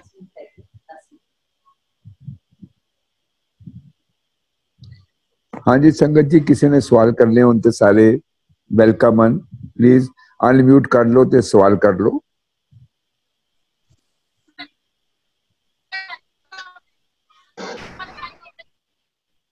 हाँ जी मलकीत सिंह जी। जी जी हेलो। हाँ जी वीर जी। ਜਿਹੜੀ ਪਹਿਲੀ ਤੁਕ ਹੈ ਪਹਿਲੀ ਲਾਉਣ ਦੀ जी ਹਰ ਪਹਿਲੜੀ ਲਾਭ ਪ੍ਰਵਿਰਤੀ जी कर्म दृढ़ाया बलराम जियो। जी जी ये कर्म कारक ਵਿੱਚ ਆਏਗੀ। हाँ जी वीर जी। ਠੀਕ ਹੈ, ਥੈਂਕ ਯੂ। ਅੱਛਾ, ਦੂਜੀ ਜਿਹੜਾ ਤੁਸੀਂ ਗੱਲ ਕੀਤੀ ਸੀ ਵੀਡੀਓ ਚੱਲ ਰਹੀ ਹੈ। हाँ जी ਬੰਦਾ ਕਹਿੰਦਾ ਵੀ ਰੱਬ ਨੇ ਵੱਖ-ਵੱਖ ਧਰਮ ਬਣਾਇਆ ਤੇ ਲੋਕਾਂ ਨੇ ਆਪਣਾ ਹਿਸਾਬ ਕਿਤਾਬ ਲਾਇਆ ਹੈ। जी ਇਹ ਦੇਖੋ, ਇਹਦਾ ਆਨਸਰ ਬੜਾ ਸਿੰਪਲ ਹੈ। जी ਹੁਣ ਸਕੂਲ ਵਿੱਚ ਕਿੰਨੀਆਂ ਗੇਮਾਂ ਖੇਡੀਆਂ ਜਾਂਦੀਆਂ। जी ਸਪੋਰਟਸ ਡਾਇਰੈਕਟਰ ਹਰ ਗੇਮ ਨੂੰ ਇੱਕੋ ਤਰ੍ਹਾਂ ਵੇਖਦਾ। ਉਹ ਇਹ ਨਹੀਂ ਕਹਿੰਦਾ ਵੀ ਕ੍ਰਿਕਟ ਜ਼ਰੂਰੀ ਆ, ਉਹਨੂੰ ਜ਼ਿਆਦਾ ਪੈਸੇ ਦਿਓ, ਫੁੱਟਬਾਲ ਵਾਲੇ ਨੂੰ ਘੱਟ ਪੈਸੇ ਦਿਓ। ਉਹਨੇ ਬਜਟ ਇਕੁਅਲ ਬਣਾਉਣਾ ਹੈ ਔਰ ਉਹਨੇ ਸਾਰੇ ਪਲੇਅਰਾਂ ਨੂੰ ਇੱਕੋ ਵੇਖਣਾ, ਸਾਰੇ ਪਲੇਅਰਾਂ ਨੂੰ ਇੱਕੋ ਤਰ੍ਹਾਂ ਟ੍ਰੇਨ ਕਰਨਾ ਔਰ ਸਾਰੇ ਪਲੇਅਰਾਂ ਨੂੰ ਇੱਕੋ ਅਟੈਂਸ਼ਨ ਦੇਣੀ ਹੈ ਕਿ ਹਰੇਕ ਪਲੇਅਰ ਸੋਹਣਾ ਖੇਡੇ, ਹਰੇਕ ਗੇਮ ਸੋਹਣੀ ਹੋਏ। ਮੇਰਾ ਸਕੂਲ ਜਾਂ ਮੇਰਾ ਕਾਲਜ ਹਰੇਕ ਗੇਮ ਵਿੱਚ ਸਫਲ ਹੋਏ। ਹਾਂ, ਜਿਹੜੇ ਬੱਚੇ ਜ਼ਿਆਦਾ ਜਿਹੜਾ ਬੈਟਸਮੈਨ ਅੱਛਾ ਉਹਨੂੰ ਥੋੜਾ ਜ਼ਿਆਦਾ ਖਿਆਲ ਦੇਗਾ, ਜਿਹੜਾ ਬਾਲਰ ਥੋੜਾ ਅੱਛਾ ਉਹਨੂੰ ਥੋੜਾ ਜ਼ਿਆਦਾ ਖਿਆਲ ਦੇਗਾ ਕਿ ਉਹਨੂੰ ਵਧੀਆ ਬਣਾਏ, ਹੋਰ ਵਧੀਆ ਬਣਾਏ। तो ऐसे ताई प्रभु की लीला है, प्रभु ने सारिया खेडा बनाई हुई। वो जड़ा बंदा जड़ी वीडियो घुमा रहा मेरे पर्सनल व्यू विच ते वो हुज्जत करना जी। नहीं खेड है। नहीं वो सवाल सीगा किसे आस्था चैनल तो आ, कोई हिंदू वीर है, उच्च बच्चे ने सवाल किया है। ओदा सवाल मैं फिर रिपीट करदा। तुहाडी गल बिल्कुल ठीक है कि ये रचना जिहड़ी है प्रभ ने रचाई हुई है। इच सारे असी खिडारी हाँ, कोई फुटबॉल का खिडारी है, कोई क्रिकेटर का खिडारी है, कोई सॉकर का खिडारी है, XYZ जो भी है। उच उन्हें गल की, कहंदा हिंदू भी कहंदे ने रब एक है, सिख भी कहंदे ने रब एक है, ईसाई भी कहंदे ने रब एक है, मुसलमान भी कहंदे ने रब एक है, सारे कहंदे ने रब एक है। ते कहंदा है कि इन्हां सारियां दे धर्म ग्रंथ फिर वक्खो वक्खरी विचार क्यों दे रहे आ। कहंदे कि हुण इदां तां नहीं हुंदा कि क्रिकेट दी टीम होवे ते क्रिकेट दा कोच आके कहे कि तू इधर खेडना है ते तू इदां खेडना है, तू इधर नूं जाना, तू आ जाना, तू इदां नहीं करना। वो रूल्स सारियां लई इक्को ने। हुण इदां भी नहीं कि मान लो आस्ट्रेलिया दी टीम है कि क्रिकेट दी, एक इंडिया दी टीम क्रिकेट दी है, इंग्लैंड दी टीम क्रिकेट दी है। हुण सारियां दे लई क्रिकेट दे रूल सारे इक्को ही ने, वो नहीं डिफरेंट। वो बच्चे दा सवाल ये सीगा, मैनूं ओहदी प्यारी गल ये लगी, कहंदा तुसीं कहंदे हो चार धर्म चार ने, रब एक है, ते कहंदा वो कृष्ण नूं कुछ होर रखवा रहा वा, वो बाइबल च कुछ होर लिखवा रहा वा, वो गुरु ग्रंथ साहब च कहंदा कुछ होर लिखवा रहा है, ते ओहदे विच कहंदा कुछ होर लिखवा रहा है कुरान दे विच। क्योंकि ये भी वेखो मिसमैच कर रही ने ना सारी चीजां। ये सवाल ओहदा वैलिड सीगा। हुण एक होर मैं गल कहना, मान लो कि सानू असीं कहने आ कि एक पिता एक कसके हम बारक, ठीक है जी, कि रब एक है, ਅਸੀਂ ਸਾਰੇ ਉਹਦੇ ਬੱਚੇ ਆ। ਅੱਛਾ, ਜੀਸਸ ਕੀ ਕਹਿੰਦਾ ਆ ਕਿ ਮੈਂ ਰੱਬ ਦਾ ਬੱਚਾ ਆ। ਅਸੀਂ ਵੀ ਸਾਰੇ ਇਹੀ ਕਹਿੰਦੇ ਕਿ ਅਸੀਂ ਸਾਰੇ ਰੱਬ ਦੇ ਬੱਚੇ ਆ। ਜੀਸਸ ਕਹਿੰਦਾ ਮੈਂ ਵੀ ਰੱਬ ਦਾ ਪੁੱਤਰ ਆ। ਅੱਛਾ, ਕੋਈ ਤੀਸਰਾ ਬੰਦਾ ਜਦੋਂ ਧਿਰ ਖਤਮ ਹੋਏਗੀ ਕਹੇਗੀ ਤੁਹਾਡਾ ਰੌਲਾ ਕੀ ਹੈ ਆਪਸ ਦੇ ਵਿੱਚ, ਉਹ ਤੁਸੀਂ ਵੀ ਕਹਿੰਦੇ ਹੋ ਤੁਸੀਂ ਰੱਬ ਦੇ ਬੱਚੇ ਹੋ, ਉਹ ਕਹਿੰਦਾ ਮੈਂ ਵੀ ਰੱਬ ਦਾ ਬੱਚਾ। ਏਦਾਂ ਤੇ ਤੁਸੀਂ ਸਾਰੇ ਭਰਾ ਹੋਏ, ਫਿਰ ਧਰਮਾਂ ਦਾ ਰੌਲਾ ਕਾਹਦਾ ਆ। ਇਹ ਚੀਜ਼ ਸੀ, ਆਪਾਂ ਇਹਨੂੰ ਡਿਸਕਸ ਕਰਾਂਗੇ ਵੀਰ ਜੀ। ਤੁਹਾਡਾ ਓਪੀਨੀਅਨ ਬੜਾ ਪਿਆਰਾ ਆ ਤੇ ਠੀਕ ਹੈ ਇਹ ਗੱਲ, ਬਟ ਕਿਤੇ ਨਾ ਕਿਤੇ ਜਿਸ ਤਰੀਕੇ ਨਾਲ ਅਸੀਂ ਧਰਮ ਬਣਾ ਲਏ ਨੇ ਪਹਿਰਾਵੇ ਦੇ ਨਾਮ ਦੇ ਉੱਤੇ, ਜਾਂ ਅਸੀਂ ਸਿਰਫ ਕੁਝ ਚੀਜ਼ਾਂ ਦੇ ਨਾਮ ਦੇ ਉੱਤੇ। ਉਹ ਬੱਚੇ ਨੇ ਬੜੀ ਪਿਆਰੀ ਗੱਲ ਕਹੀ, ਕਹਿੰਦਾ ਤੇਰਾ ਧਰਮ ਕੀ ਹੈ, ਕਹਿੰਦਾ ਮਨੁੱਖਤਾ, ਮਾਨਵਤਾ। ਹੁਣ ਜਦੋਂ ਗੁਰੂ ਗ੍ਰੰਥ ਸਾਹਿਬ ਪੜਾਂਗੇ ਤੇ ਸਾਨੂੰ ਏਦਾਂ ਲੱਗੂਗਾ ਕਿ ਉਹ ਬੱਚਾ ਗੁਰੂ ਗ੍ਰੰਥ ਸਾਹਿਬ ਦੀ ਗੱਲ ਕਰ ਰਿਹਾ ਸੀਗਾ। ਹੁਣ ਵੇਦਾਂ ਚ ਕੀ ਹੋਇਆ, ਵੇਦਾਂ ਚ ਕਹਿਤਾ ਕਿ ਆ ਮੂੰਹ ਚੋਂ ਪੈਦਾ ਹੋਇਆ, ਆ ਛਾਤੀ ਚੋਂ ਪੈਦਾ ਹੋਇਆ, ਆ ਪੱਟਾਂ ਚੋਂ ਪੈਦਾ ਹੋਇਆ ਤੇ ਆ ਪੈਰਾਂ ਚੋਂ ਪੈਦਾ ਹੋਇਆ। ਇਹਦਾ ਮਤਲਬ ਰੱਬ ਨੇ ਵਿਤਕਰਾ ਕਰਾਇਆ। ਉਹ ਤੇ ਕਹਿੰਦੇ ਨੇ ਨਾ ਕਿ ਰੱਬ, ਜਿਹੜੇ ਵੇਦ ਨੇ ਉਹ ਬ੍ਰਹਮੇ ਨੇ ਮੂੰਹ ਚੋਂ ਨਿਕਲੇ ਹੋਏ ਨੇ, ਬ੍ਰਹਮੇ ਨੂੰ ਇਹ ਲੋਕ ਰੱਬ ਮੰਨਦੇ ਨੇ।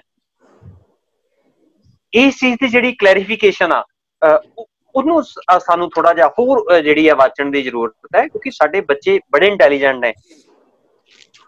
ਉਹਨਾਂ ਤੱਕ ਸਾਡੀ ਮੰਨਦਾ ਇਸ ਗੱਲ ਨੂੰ। ਸਵਾਲ ਬਹੁਤ ਸੋਹਣਾ ਬੱਚੇ ਦਾ, ਔਰ ਡਿਸਕਸ਼ਨ ਕਾਫੀ ਲੰਬੀ ਚੱਲ ਸਕਦੀ ਹੈ ਇਸ ਤੇ। तो I would suggest ਕਿਸੇ ਹੋਰ ਟਾਈਮ ਤੇ ਖੁੱਲੇ ਟਾਈਮ ਨਾਲ ਗੱਲਬਾਤ ਕੀਤੀ ਜਾਏ। ਪਰ ਤੁਹਾਡੀ ਗੱਲ ਸਹੀ ਹੈ, ਬੱਚੇ ਦਾ ਸਵਾਲ ਬਹੁਤ ਜਾਇਜ਼ ਹੈ, ਔਰ ਉਹਨੂੰ ਕਿਸ ਤਰ੍ਹਾਂ ਸਮਝਾਇਆ ਜਾਏ ਇਹ ਬੜੀ ਗਹਿਰਾਈ ਦੀ ਵਿਚਾਰ ਹੈ। ਬੜੀ, ਹਾਂ ਬਿਲਕੁਲ ਬਿਲਕੁਲ ਬਿਲਕੁਲ ਸਹੀ ਗੱਲ ਹੈ ਜੀ ਜੀ ਜੀ। ਹਾਂਜੀ, ਹੋਰ ਕਿਸੇ ਵੀਰ ਭੈਣ ਦਾ ਕੋਈ ਸੁਝਾਅ, ਕੋਈ ਸਵਾਲ ਹੋਵੇ? ਸਵਾਲ ਤੇ ਮੈਂ ਵੈਸੇ ਕਹਿ ਰਿਹਾ ਵਾਂ ਕਿ ਸਵਾਲ ਕਰੋ, ਬਟ ਮੈਨੂੰ ਪਤਾ ਮੈਂ ਜਵਾਬ ਦੇਣ ਦੇ ਕਾਬਿਲ ਨਹੀਂ ਹੈਗਾ। ਤੇ ਚਲੋ ਔਨ ਰਿਕਾਰਡ ਡਾਕੂਮੈਂਟ ਬਣ ਜਾਏਗਾ, ਫਿਰ ਆਪਾਂ ਕਿਤੇ ਉਹਨੂੰ ਡਿਸਕਸ ਕਰ ਲਾਂਗੇ। ਮਲਕੀਤ ਜੀ, ਮੈਂ ਇੱਕ ਵਾਹਿਗੁਰੂ ਜੀ ਕੀ ਫਤਿਹ ਜੀ। ਫਤਿਹ ਜੀ। ਮੈਂ ਡਾਊਟ ਹੈਗੀ ਹੈ ਮੇਰੇ ਜ਼ਹਿਨ ਵਿੱਚ ਆਈ, ਤੇ ਆਪ ਜੀ ਦਾ ਲਾਸਟ ਦਾ ਜਿਹੜਾ ਟੌਪਿਕ ਸੀਗਾ, ਜਿਹੜੇ ਅਸੀਂ ਦੂਸਰੇ ਨੂੰ ਦੇਖ ਕੇ ਖੁਸ਼ ਰਹਿਣਾ, ਮਤਲਬ ਅਸੈਂਡਿੰਗ ਐਂਡ ਡਿਸੈਂਡਿੰਗ ਬੋਥ, ਜਿਹੜਾ ਤੁਸੀਂ ਸਮਝਾਇਆ ਜੀ ਜੀ, ਉਹ ਅੱਛਾ ਹੈ। ਆਈ ਥਿੰਕ ਉਹਦੇ ਨਾਲ ਸਾਨੂੰ ਨਿਭ ਕੇ ਰਹਿਣਾ ਹੀ ਆਊਗਾ ਕਿ ਅਸੀਂ ਦੇਖੀਏ ਕਿ ਹਾਂਜੀ ਹੋਰ ਵੀ ਹੈਗੇ ਜਿਨ੍ਹਾਂ ਨੂੰ ਇਹ ਵੀ ਖੁਸ਼ੀ ਪ੍ਰਾਪਤ ਨਹੀਂ ਹੈ। ਤੇ ਜਿਹੜੀ ਉਹ ਇਹ ਹੈਗੀ ਹੈ ਕਿ ਜਦੋਂ ਮੈਂ ਆਪਣੀ ਗੱਲ ਕਰ ਰਿਹਾ, ਬਿਲਕੁਲ ਆਪਣੀ ਗੱਲ ਕਰ ਰਿਹਾ, ਕਿ ਜਦੋਂ ਸਾਨੂੰ ਇਨਕਰੇਜਮੈਂਟ ਚਾਹੀਦੀ ਹੈ, ਆਈ ਐਮ ਸ਼ੋਰ ਬਾਣੀ ਇਸ ਦਾ ਵੀ ਕੋਈ ਨਾ ਕੋਈ ਜ਼ਿਕਰ ਜ਼ਰੂਰ ਹੋਏਗਾ, ਤੇ ਉਹ ਮੈਂ ਜਾਣਨਾ ਚਾਹੁੰਦਾ ਕਿ ਸਾਨੂੰ ਇਨਕਰੇਜਮੈਂਟ ਵੀ ਤਾਂ ਹੀ ਮਿਲਦੀ ਹੈ ਜਦੋਂ ਅਸੀਂ ਦੇਖਦੇ ਹਾਂ ਕਿ ਅੱਛਾ ਅਸੀਂ ਵੀ ਸ਼ਾਇਦ ਉੱਥੇ ਤੱਕ ਪਹੁੰਚ ਸਕਦੇ ਹਾਂ। ਜੀ ਜੀ ਜੀ ਜੀ, ਹੈ ਨਾ। ਜਿਵੇਂ ਮੇਰਾ ਇੱਕ ਲੈਵਲ ਹੈ ਜੀ, ਤੇ ਮੈਂ ਹੁਣ ਕੋਸ਼ਿਸ਼ ਕਰਾਂ ਜੀ ਕਿ ਆਪਣਾ ਲੈਵਲ ਇਨਕਰੀਜ਼ ਕਰਾਂ, ਤੇ ਮੈਨੂੰ ਇੱਕ ਕੋਈ ਟ੍ਰਿਗਰ ਚਾਹੀਦਾ ਹੈ, ਕੋਈ ਇਨਕਰੇਜਮੈਂਟ ਚਾਹੀਦੀ ਹੈ, ਕੋਈ ਐਸੀ ਚੀਜ਼ ਚਾਹੀਦੀ ਹੈ ਕਿ ਮੈਂ ਇਨਕਰੇਜ ਹੋਵਾਂ ਤੇ ਉਦਮ ਕਰਾਂ ਤੇ ਉੱਥੇ ਪਹੁੰਚਾਂ। ਉਹ ਮੈਂ ਆਪਣੇ ਬਿਲੋ ਲੈਵਲ ਨੂੰ ਦੇਖ ਕੇ ਸ਼ਾਇਦ ਮੈਨੂੰ ਨਹੀਂ ਆਏਗੀ। ਆਫ ਕੋਰਸ ਮੈਂ ਜੇ ਅੱਗੇ ਦੇਖਾਂਗਾ ਸ਼ਾਇਦ ਤਦੇ ਹੀ ਆਏਗੀ। ਤੇ ਮੈਂ ਹਾਂਜੀ, ਤੇ ਮੇਰੀ ਡਾਊਟ ਇਹ ਹੈ ਕਿ ਗੁਰੂ ਸਾਹਿਬ ਨੇ ਇਹ ਜ਼ਰੂਰ ਕਿਤੇ ਨਾ ਕਿਤੇ ਇਹਦਾ ਵੀ ਜ਼ਿਕਰ ਹੋਏਗਾ ਕਿ ਮੈਂ ਮਤਲਬ ਸਮਝਣਾ ਚਾਹਨਾ ਹੈ ਕਿ ਡਿਫਰੈਂਸ ਕੀ ਹੈ। ਜੀ ਵੇਖੋ, ਬੜੀ ਪਿਆਰੀ ਗੱਲ ਹੈ ਵੀਰ ਜੀ ਤੁਹਾਡੀ। ਦੋ ਚੀਜ਼ਾਂ ਨੇ, ਇਨਕਰੇਜਮੈਂਟ ਹੋਣਾ ਅਲੱਗ ਚੀਜ਼ ਹੈ, ਤੇ ਉਸ ਇਨਕਰੇਜਮੈਂਟ ਨੂੰ ਮਹਿਸੂਸ ਕਰਦਿਆਂ ਅੱਗੇ ਵਧਣ ਦੀ ਤਾਂਘ ਰੱਖ ਕੇ ਇਮਾਨਦਾਰੀ ਛੱਡ ਬਹਿਣਾ, ਉਹ ਇੱਕ ਅਲੱਗ ਚੀਜ਼ ਹੈ। ਇਹਨੂੰ ਮੈਂ ਥੋੜਾ ਜਿਹਾ ਹੋਰ ਡਿਫਾਈਨ ਕਰਦਾ, ਐਕਸਪਲੇਨ ਕਰਦਾ ਕਿ ਬਾਣੀ ਕਹਿੰਦੀ ਹੈ, ਉਦਮ ਕਰੇਂਦਿਆਂ ਜੀਓ ਤੂੰ, ਕਮਾਵਦਿਆਂ ਸੁਖ ਪੁੰਜ, ਧਿਆਏਂਦਿਆਂ ਤੂੰ ਪ੍ਰਭੂ ਮਿਲ, ਨਾਨਕ ਉਤਰੀ ਚਿੰਤ। ਠੀਕ ਹੈ। ਬਾਣੀ ਏਦਾਂ ਵੀ ਕਹਿੰਦੀ ਹੈ, ਅਗਾਂਹ ਕੂ ਤਰਾਂਗ, ਪਿੱਛਾ ਫੇਰ ਨਾ ਮੋਹਡੜਾ। ਹੁਣ ਵੀਰ ਜੀ, ਦੁੱਖ ਪਤਾ ਕਿਸ ਗੱਲ ਦਾ ਆ? ਜਦੋਂ ਅਸੀਂ ਇਹ ਸੋਚ ਕੇ ਚੱਲਦੇ ਹਾਂ ਕਿ ਮੈਨੂੰ ਇਨਕਰੇਜਮੈਂਟ ਮਿਲੇ, ਜਦੋਂ ਨਹੀਂ ਮਿਲਦੀ, ਮੰਨ ਲਓ ਤੁਸੀਂ ਸੋਚਿਆ ਕਿ ਤੁਹਾਡੇ ਕੋਲ ਫੋਰ ਐਗਜ਼ਾਮਪਲ ਕਿ ਤੁਹਾਡੇ ਕੋਲ ਆਡੀ ਗੱਡੀ ਆ ਜਾਏ, ਸਿੰਪਲ ਉਦਾਹਰਣ, ਉਹਦੇ ਲਈ ਤੁਸੀਂ ਕੋਸ਼ਿਸ਼ ਵੀ ਕਰ ਰਹੇ ਆ, ਬੜੀ ਟਰਾਈਸ ਕੀਤੀਆਂ ਤੁਸੀਂ, ਜੇ ਨਹੀਂ ਮਿਲੀ ਇੱਕ ਪੁਆਇੰਟ ਤੇ ਜਾ ਕੇ ਕੀ ਆਏਗਾ ਮਨ ਚ? ਦੁਖੀ ਹੋਵੋਗੇ ਨਾ, ਉਦਾਸ ਹੋਵੋਗੇ ਕਿ ਯਾਰ ਮੈਂ ਤਾਂ ਇੰਨਾ ਕੁਛ ਕੀਤਾ ਸੀ, ਇੰਨੀ ਮਿਹਨਤ ਕੀਤੀ ਸੀ, ਇੰਨੀ ਲਗਨ ਨਾਲ ਕੀਤਾ ਸੀ, ਫਿਰ ਵੀ ਮੈਨੂੰ ਨਹੀਂ ਮਿਲੀ। ਬੰਦੇ ਨੇ ਵੇਖੋ ਇੰਨਾ ਕੁ ਕਰਕੇ ਲੈ ਲਈ ਹੈ, ਫਿਰ ਕਿਤੇ ਉਦਾਸ। ਸਾਨੂੰ ਹਾਲਾਤਾਂ ਨਾਲ ਜੀਣਾ ਜੇ। ਚਮਕੌਰ ਦੀ ਗੱਡੀ, ਬਹੁਤ ਸ਼ਹੀਦ ਸਿੰਘ ਸ਼ਹੀਦ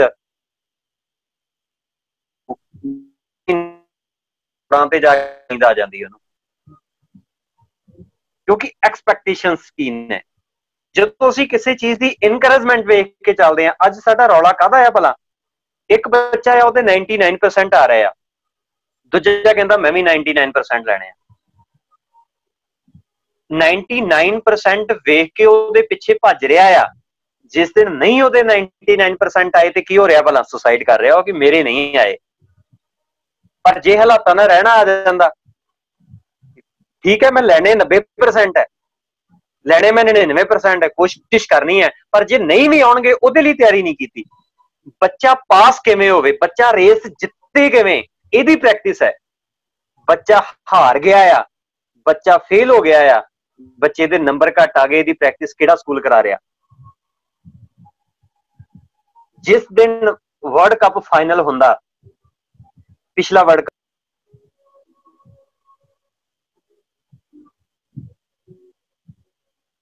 जी म्यूट हो गया, आप जी का म्यूट हो गया। ਸਾਊਥ ਅਫਰੀਕਾ ਟੀਮ ਦਾ ਕੈਪਟਨ ਏਬੀ ਡਿਵੀਲੀਅਰ ਇਹ ਗੱਲ ਕਹਿੰਦਾ, ਆਵਾਜ਼ ਆ ਰਹੀ ਵੀ ਜੀ? ਹਾਂਜੀ। ਏਬੀ ਡਿਵੀਲੀਅਰ ਇਹ ਗੱਲ ਕਹਿੰਦਾ ਅਸੀਂ ਸਿਰਫ 2 ਕਦਮ ਵਰਲਡ ਕੱਪ ਤੋਂ ਦੂਰ ਆ। ਉਹਨਾਂ ਨੂੰ ਪੂਰਨ ਭਰੋਸਾ ਸੀ ਕਿ ਅਸੀਂ ਵਰਲਡ ਕੱਪ ਜਿੱਤਣਾ ਆ, ਪਰ ਜਿਸ ਦਿਨ ਉਹ ਸੈਮੀਫਾਈਨਲ ਖੇਡ ਰਹੇ ਸੀ, ਸੈਮੀਫਾਈਨਲ ਖੇਡਦਿਆਂ ਇੱਕ ਨਿੱਕੀ ਜੀ ਚੂਕ, ਇੱਕ ਨਿੱਕੀ ਜੀ ਗਲਤੀ ਉਹਨਾਂ ਨੂੰ ਸੈਮੀਫਾਈਨਲ ਤੋਂ ਹਜ਼ਾਰਾਂ ਕਦਮ ਦੂਰ ਲੈ ਗਈ।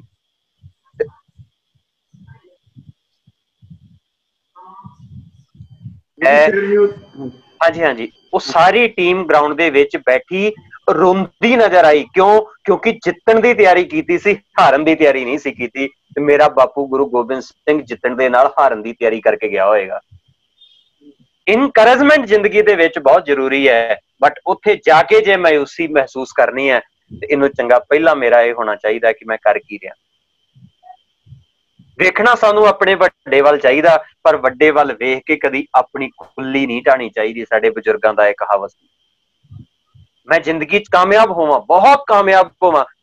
ਸ਼੍ਰੀ ਰਾਗ ਦਾ ਪਹਿਲਾ ਸ਼ਬਦ ਯਾਦ ਹੋਏਗਾ ਤੁਹਾਨੂੰ, ਜਾਂ ਪੜ੍ਹ ਲਿਓ। ਮੋਤੀ ਤਾਂ ਮੰਦਰ ਉਸਰੈ, ਰਤਨੀ ਤਾਂ ਹੋਏ ਜਿਹੜਾ ਉਹ, ਕਸਤੂਰ ਕੰਗੂ ਅਗਰ ਚੰਦਨ ਲੀ ਪਿਆ ਵੈ ਚਾਓ, ਮਤ ਦੇਖ ਭੁੱਲਾਂ ਵਿਸਰੈ, ਤੇਰਾ ਚੇਤਨਾ ਆਵੇ ਨਾ। ਕਿਹੜਾ ਕੋਈ ਏਡਾ ਅਮੀਰ ਹੈਗਾ ਕਿ ਜਿਹਦਾ ਘਰ ਜਿਹੜਾ ਮੋਤੀਆਂ ਦਾ ਬਣ ਜਾਏ? ਹਾਂ, ਪਰ ਗੁਰੂ ਸਾਹਿਬ ਕਹਿੰਦੇ ਬਣ ਜਾਏ ਤੇਰਾ, ਇਨਕਰੇਜਮੈਂਟ ਤੇਰੇ ਅੰਦਰ ਏਦਾਂ ਦੀ ਹੋਵੇ। ਪਰ ਜੇ ਨਾ ਵੀ ਬਣੇ ਤੇ ਕੀ ਹੋਣਾ ਚਾਹੀਦਾ? ਮਤ ਦੇਖ ਭੁੱਲਾਂ ਵਿਸਰੈ, ਇਹ ਨਾ ਹੋਵੇ ਚੇਤਨਾ ਆਵੇ ਨਾ, ਇਹ ਨਾ ਤੇਰੀ ਅਵਸਥਾ ਬਣ ਜਾਏ। ਫਿਰ ਅਗਲੀ ਗੱਲ ਕੀ ਕਹਿੰਦੇ? ਹਾਰ ਬਿਨ ਜੀਓ ਜਾਲ ਬਲ ਜਾਓ, ਮੈਂ ਆਪਣਾ ਗੁਰਕੂਸ਼ ਦੇਖਿਆ ਅਵਰ ਨਹੀਂ ਹਾਂ। ਫਿਰ ਕਹਿੰਦੇ ਧਰਤੀ ਤਾਂ ਹੀਰੇ ਲਾਲ ਜੜਤੀ, ਪਲੰਗ ਲਾਲ ਜੜਾਓ। ਜਿਹੜੀ ਧਰਤੀ ਤੇ ਮੈਂ ਤੁਰਿਆ ਫਿਰਦਾ ਨਾ, ਉਹਦੀ ਧਰਤੀ 'ਚ ਹੀਰੇ ਜੜੇ ਹੋਣ, ਡਾਇਮੰਡ ਜਿਹੜੇ ਹੋਣ, ਤੇ ਪਲੰਗ ਤੇ ਮੈਂ ਸੌਣਾ, ਉਹਦੇ ਉੱਤੇ ਮੋਤੀਆਂ ਦੀ ਮਾਲਾ ਹੋਵੇ। ਮੋਹਣੀ ਮੁੱਖ ਮਣੀ ਸੋ ਹੈ, ਮੇਰੀ ਪਤਨੀ ਜਿਹੜੀ ਹੈ ਉਹਦੇ ਚਿਹਰੇ ਦੇ ਉੱਤੇ, ਮੱਥੇ ਤੇ ਵੱਡੀ ਸਾਰੀ ਜਿਹੜੀ ਹੈ ਮੁੱਖ ਮਣੀ ਜਿਹੜੀ ਹੈ, ਕੀਮਤੀ ਹਾਰ ਜਿਹੜੇ ਸੋਂਦੇ ਹੋਣ, ਮਣੀ ਚਮਕਾ ਮਾਰਦੀ ਹੋਵੇ। ਪਰ ਫਿਰ ਕੀ ਹੋਵੇ? ਮਤ ਦੇਖ ਭੁੱਲਾਂ ਵਿਸਰੈ, ਤੇਰਾ ਚੇਤਨਾ ਆਵਾਂ। ਸਿੱਧ ਹੋਵਾਂ ਸਿੱਧ ਲਾਈ ਰਿੱਧ ਅੱਖਾਂ, ਇੰਨਾ ਸਿੱਧ ਹੋ ਜਾਵਾਂ ਕਿ ਸਾਰਾ ਸੰਸਾਰ ਮੇਰੇ ਅੱਗੇ ਝੁਕ ਜਾਏ। ਗੁਪਤ ਪ੍ਰਗਟ ਹੋਏ ਵੈਸਾ, ਇੰਨੀ ਤਾਕਤ ਆ ਜਾਏ ਮੈਂ ਪਲ 'ਚ ਪ੍ਰਗਟ ਹੋਵਾਂ ਤੇ ਪਲ 'ਚ ਗੁਪਤ ਹੋ ਜਾਵਾਂ। ਮਤ ਦੇਖ ਭੁੱਲਾਂ ਵਿਸਰਾ, ਤੇਰਾ ਚੇਤਨਾ ਆ। ਸੁਲਤਾਨ ਹੋਵਾਂ, ਦੇਸ਼ ਦਾ ਪ੍ਰਧਾਨ ਮੰਤਰੀ ਬਣ ਜਾ, ਮੰਨ ਲਓ ਸੌਖੀ ਮੈਂ ਕਹਾਂ, ਸੁਲਤਾਨ ਹੋਵਾਂ।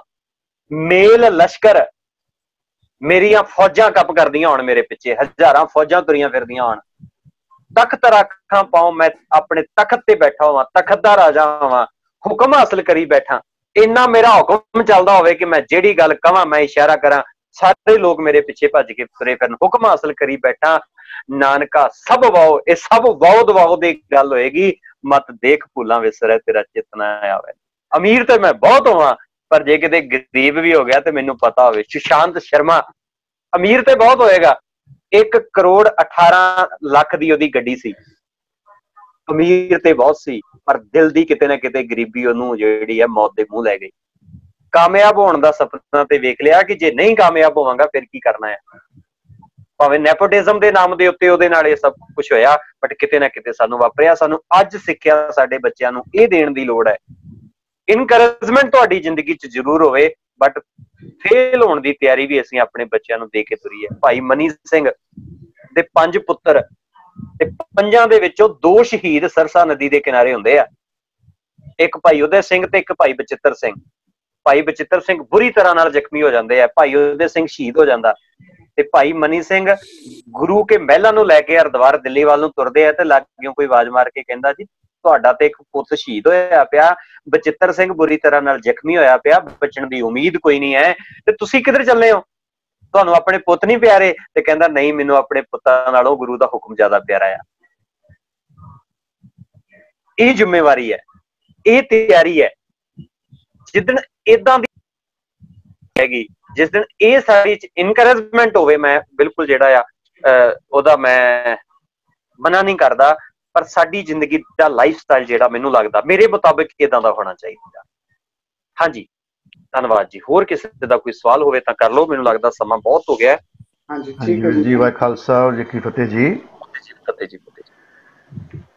आई थिंक ਏਕਮ ਸਿੱਖ ਹੋਣਾ ਦਾ ਜੋ ਏਕਮ ਸਿੱਖ ਨਾਮ ਹੈ ਉਹਨਾਂ ਦੇ ਉਹਦੇ ਤੇ, ਲੇਕਿਨ ਮੈਨੂੰ ਪੂਰਾ ਨਾਂ ਨਹੀਂ ਪਤਾ ਮੇਰੇ ਵੀਰ ਦਾ ਨਾਂ ਕੀ ਹੈ। ਲੇਕਿਨ ਉਹਨਾਂ ਨੇ ਜੋ ਪੁੱਛਿਆ ਸੀ ਬਹੁਤ ਤੁਸੀਂ ਬਖੂਬੀ ਜਵਾਬ ਦਿੱਤਾ ਵੀਰ ਜੀ। ਦੋ ਚੀਜ਼ਾਂ ਨੇ ਸਾਡੇ ਜ਼ਿੰਦਗੀ ਦੇ ਨਾ, ਇਹ ਗਹਿਣਿਆਂ ਵਿੱਚੋਂ ਨੇ। ਇੱਕ ਤੇ ਹੈ ਸੰਤੋਖ। ਜਦੋਂ ਅਸੀਂ ਦੁਨਿਆਵੀ ਪੱਧਰ ਤੇ ਵੇਖਦੇ ਹਾਂ ਤੇ ਆਪਣੇ ਤੋਂ ਨੀਵਿਆਂ ਵੱਲ ਦੇਖਦੇ ਹਾਂ ਤੇ ਉਹਨਾਂ ਵੱਲ ਦੇਖ ਕੇ ਸਾਨੂੰ ਸੰਤੋਖ ਮਿਲਦਾ।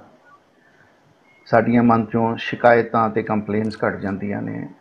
ਪਰ ਜਦੋਂ ਗੁਰੂ ਦੇ ਰਾਹ ਤੇ ਚੱਲਣਾ ਹੈ, ਗੋਬਿੰਦ ਮਿਲਣ ਕੀ ਇਹ ਤੇਰੀ ਬਰੀਆ, ਤੇ ਪਰਮੇਸ਼ਰ ਨੂੰ ਮਿਲਣ ਦੇ ਰਸਤੇ ਤੇ ਚੱਲਣਾ ਹੈ, ਤੇ ਫਿਰ ਤੇ ਆਪਣੇ ਤੋਂ ਅਗਲੇ ਵਾਲਿਆਂ ਨੂੰ ਦੇਖ ਕੇ ਉਦਮ ਮਿਲੇਗਾ, ਨਹੀਂ ਤੇ ਉੱਦਾਂ ਨਹੀਂ ਮਿਲ ਸਕੇਗਾ। ਅਸੀਂ ਜੇ ਉਦੋਂ ਆਪਣੇ ਤੋਂ ਨੀਵਿਆਂ ਨੂੰ ਦੇਖ ਕੇ ਸੰਤੁਸ਼ਟ ਹੋ ਜਾਵਾਂਗੇ ਤੇ ਸਾਡੀ ਜ਼ਿੰਦਗੀ 'ਚ ਸਾਡੀ ਪ੍ਰੋਗਰੈਸ ਵਿੱਚ ਖੜੋਤ ਆ ਜਾਏਗੀ। ਸੋ ਆਈ ਥਿੰਕ ਇਹਨਾਂ ਦੋਨਾਂ ਚੀਜ਼ਾਂ ਨੂੰ ਸੈਪਰੇਟ ਕੀਤਾ ਜਾ ਸਕਦਾ। ਤੇ ਦੁਨਿਆਵੀ ਪੱਧਰ ਤੇ ਸੋਚਣਾ ਫਿਰ ਤੇ ਆਪਣੇ ਤੋਂ ਨੀਵੇਂ ਵੱਲ ਦੇਖ ਕੇ ਬੰਦਾ ਖੁਸ਼ ਹੁੰਦਾ ਹੈ। ਪਰ ਜੇ ਪਰਮਾਰਥ ਦੇ ਰਾਹ ਤੇ, ਗੁਰੂ ਦੇ ਦੱਸੇ ਰਾਹ ਤੇ, ਵਾਹਿਗੁਰੂ ਦੇ ਰਾਹ ਤੇ ਚੱਲਣਾ ਹੈ ਤੇ ਆਪਣੇ ਤੋਂ ਅੱਗੇ ਵਾਲਿਆਂ ਨੂੰ ਦੇਖ ਕੇ ਉਹਨਾਂ ਵਰਗਾ ਬਣਨ ਦੀ ਮਨ 'ਚ ਜਿਹੜਾ ਉਹ ਚਾਅ ਪੈਦਾ ਹੋਣਾ ਚਾਹੀਦਾ। ਮੇਰੀ ਇਹ ਛੋਟੀ ਜੀ ਸੋਚ ਜੋ ਮੈਂ ਸੋਚ ਰਿਹਾ ਸੀ ਇਸ ਵੇਲੇ ਜਦੋਂ ਇਹ ਗੱਲ ਹੋ ਰਹੀ ਸੀ, ਤਾਂ ਮੈਂ ਕੁਝ ਆਪਣੇ ਵਿਚਾਰ ਸ਼ੇਅਰ ਕਰਨੇ ਚਾਹੁੰਦਾ ਸੀ। ਬਿਲਕੁਲ ਠੀਕ ਹੈ, ਬਿਲਕੁਲ ਠੀਕ। देखो जी, मैं इस प्लेटफॉर्म ਨੂੰ ਦੇਖ ਕੇ ਹੀ ਆਪ ਜੀ ਦੇ ਬਰਾਬਰ ਆਉਣ ਦੀ ਕੋਸ਼ਿਸ਼ ਕਰ ਰਹੇ ਹਾਂ ਤੇ ਪ੍ਰੋਗਰੈਸਿਵ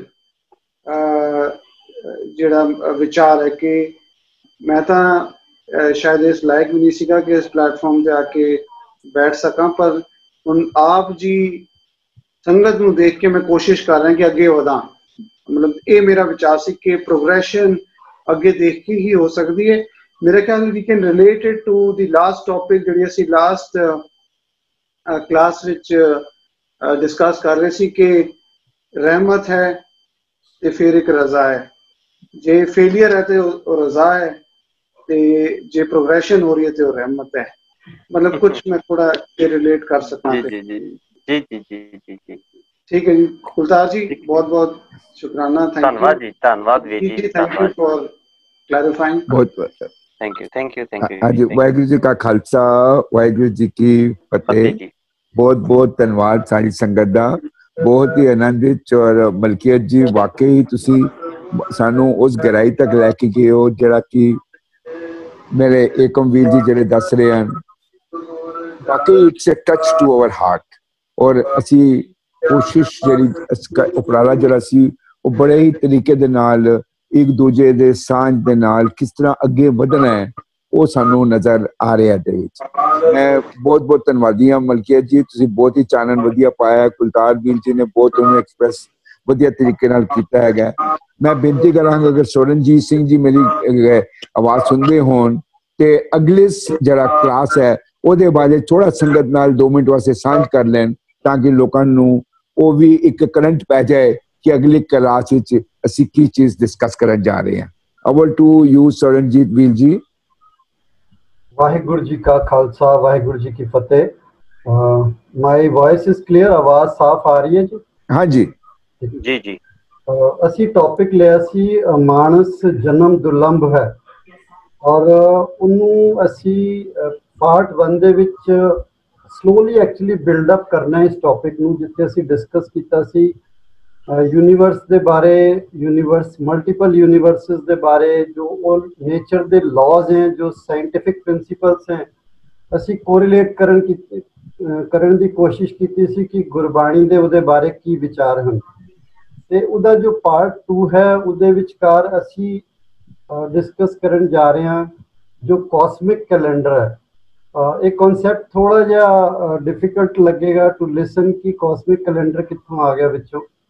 ते ये कॉस्मिक कैलेंडर जो है काल सागर ने एक अपनी बुक है उहदे विचकार पब्लिश किया है और उहदे विचकार जो सृष्टि दे विचकार मेन घटनावां होईयां उहदे नूं एक कैलेंडर विच लियाउण दी कोशिश की है। ते इहदे बारे भी गुरबाणी दे विचकार सानूं रेफरेंसिस बड़े क्लीयर मिलते हैं और जितनियां भी मेन खोजां होईयां साइंस दियां गुरबाणी के आधार पर उनके की व्यू है और finally it will culminate to a point where we will be able to see कि मनुखा जन्म वाकई ही कितना दुर्लभ है, क्योंकि गुरु नानक साहब या होर कई भगतां ने भी मानव जन्म दुर्लभ की गल की है और असीं भी सुन लेंदे और सोचते हैं दुर्लभ है, पर सानू कितों के अंदर शौक लगना चाहिए कि ओ माय गॉड ये तो इन्ना ज्यादा दुर्लभ है।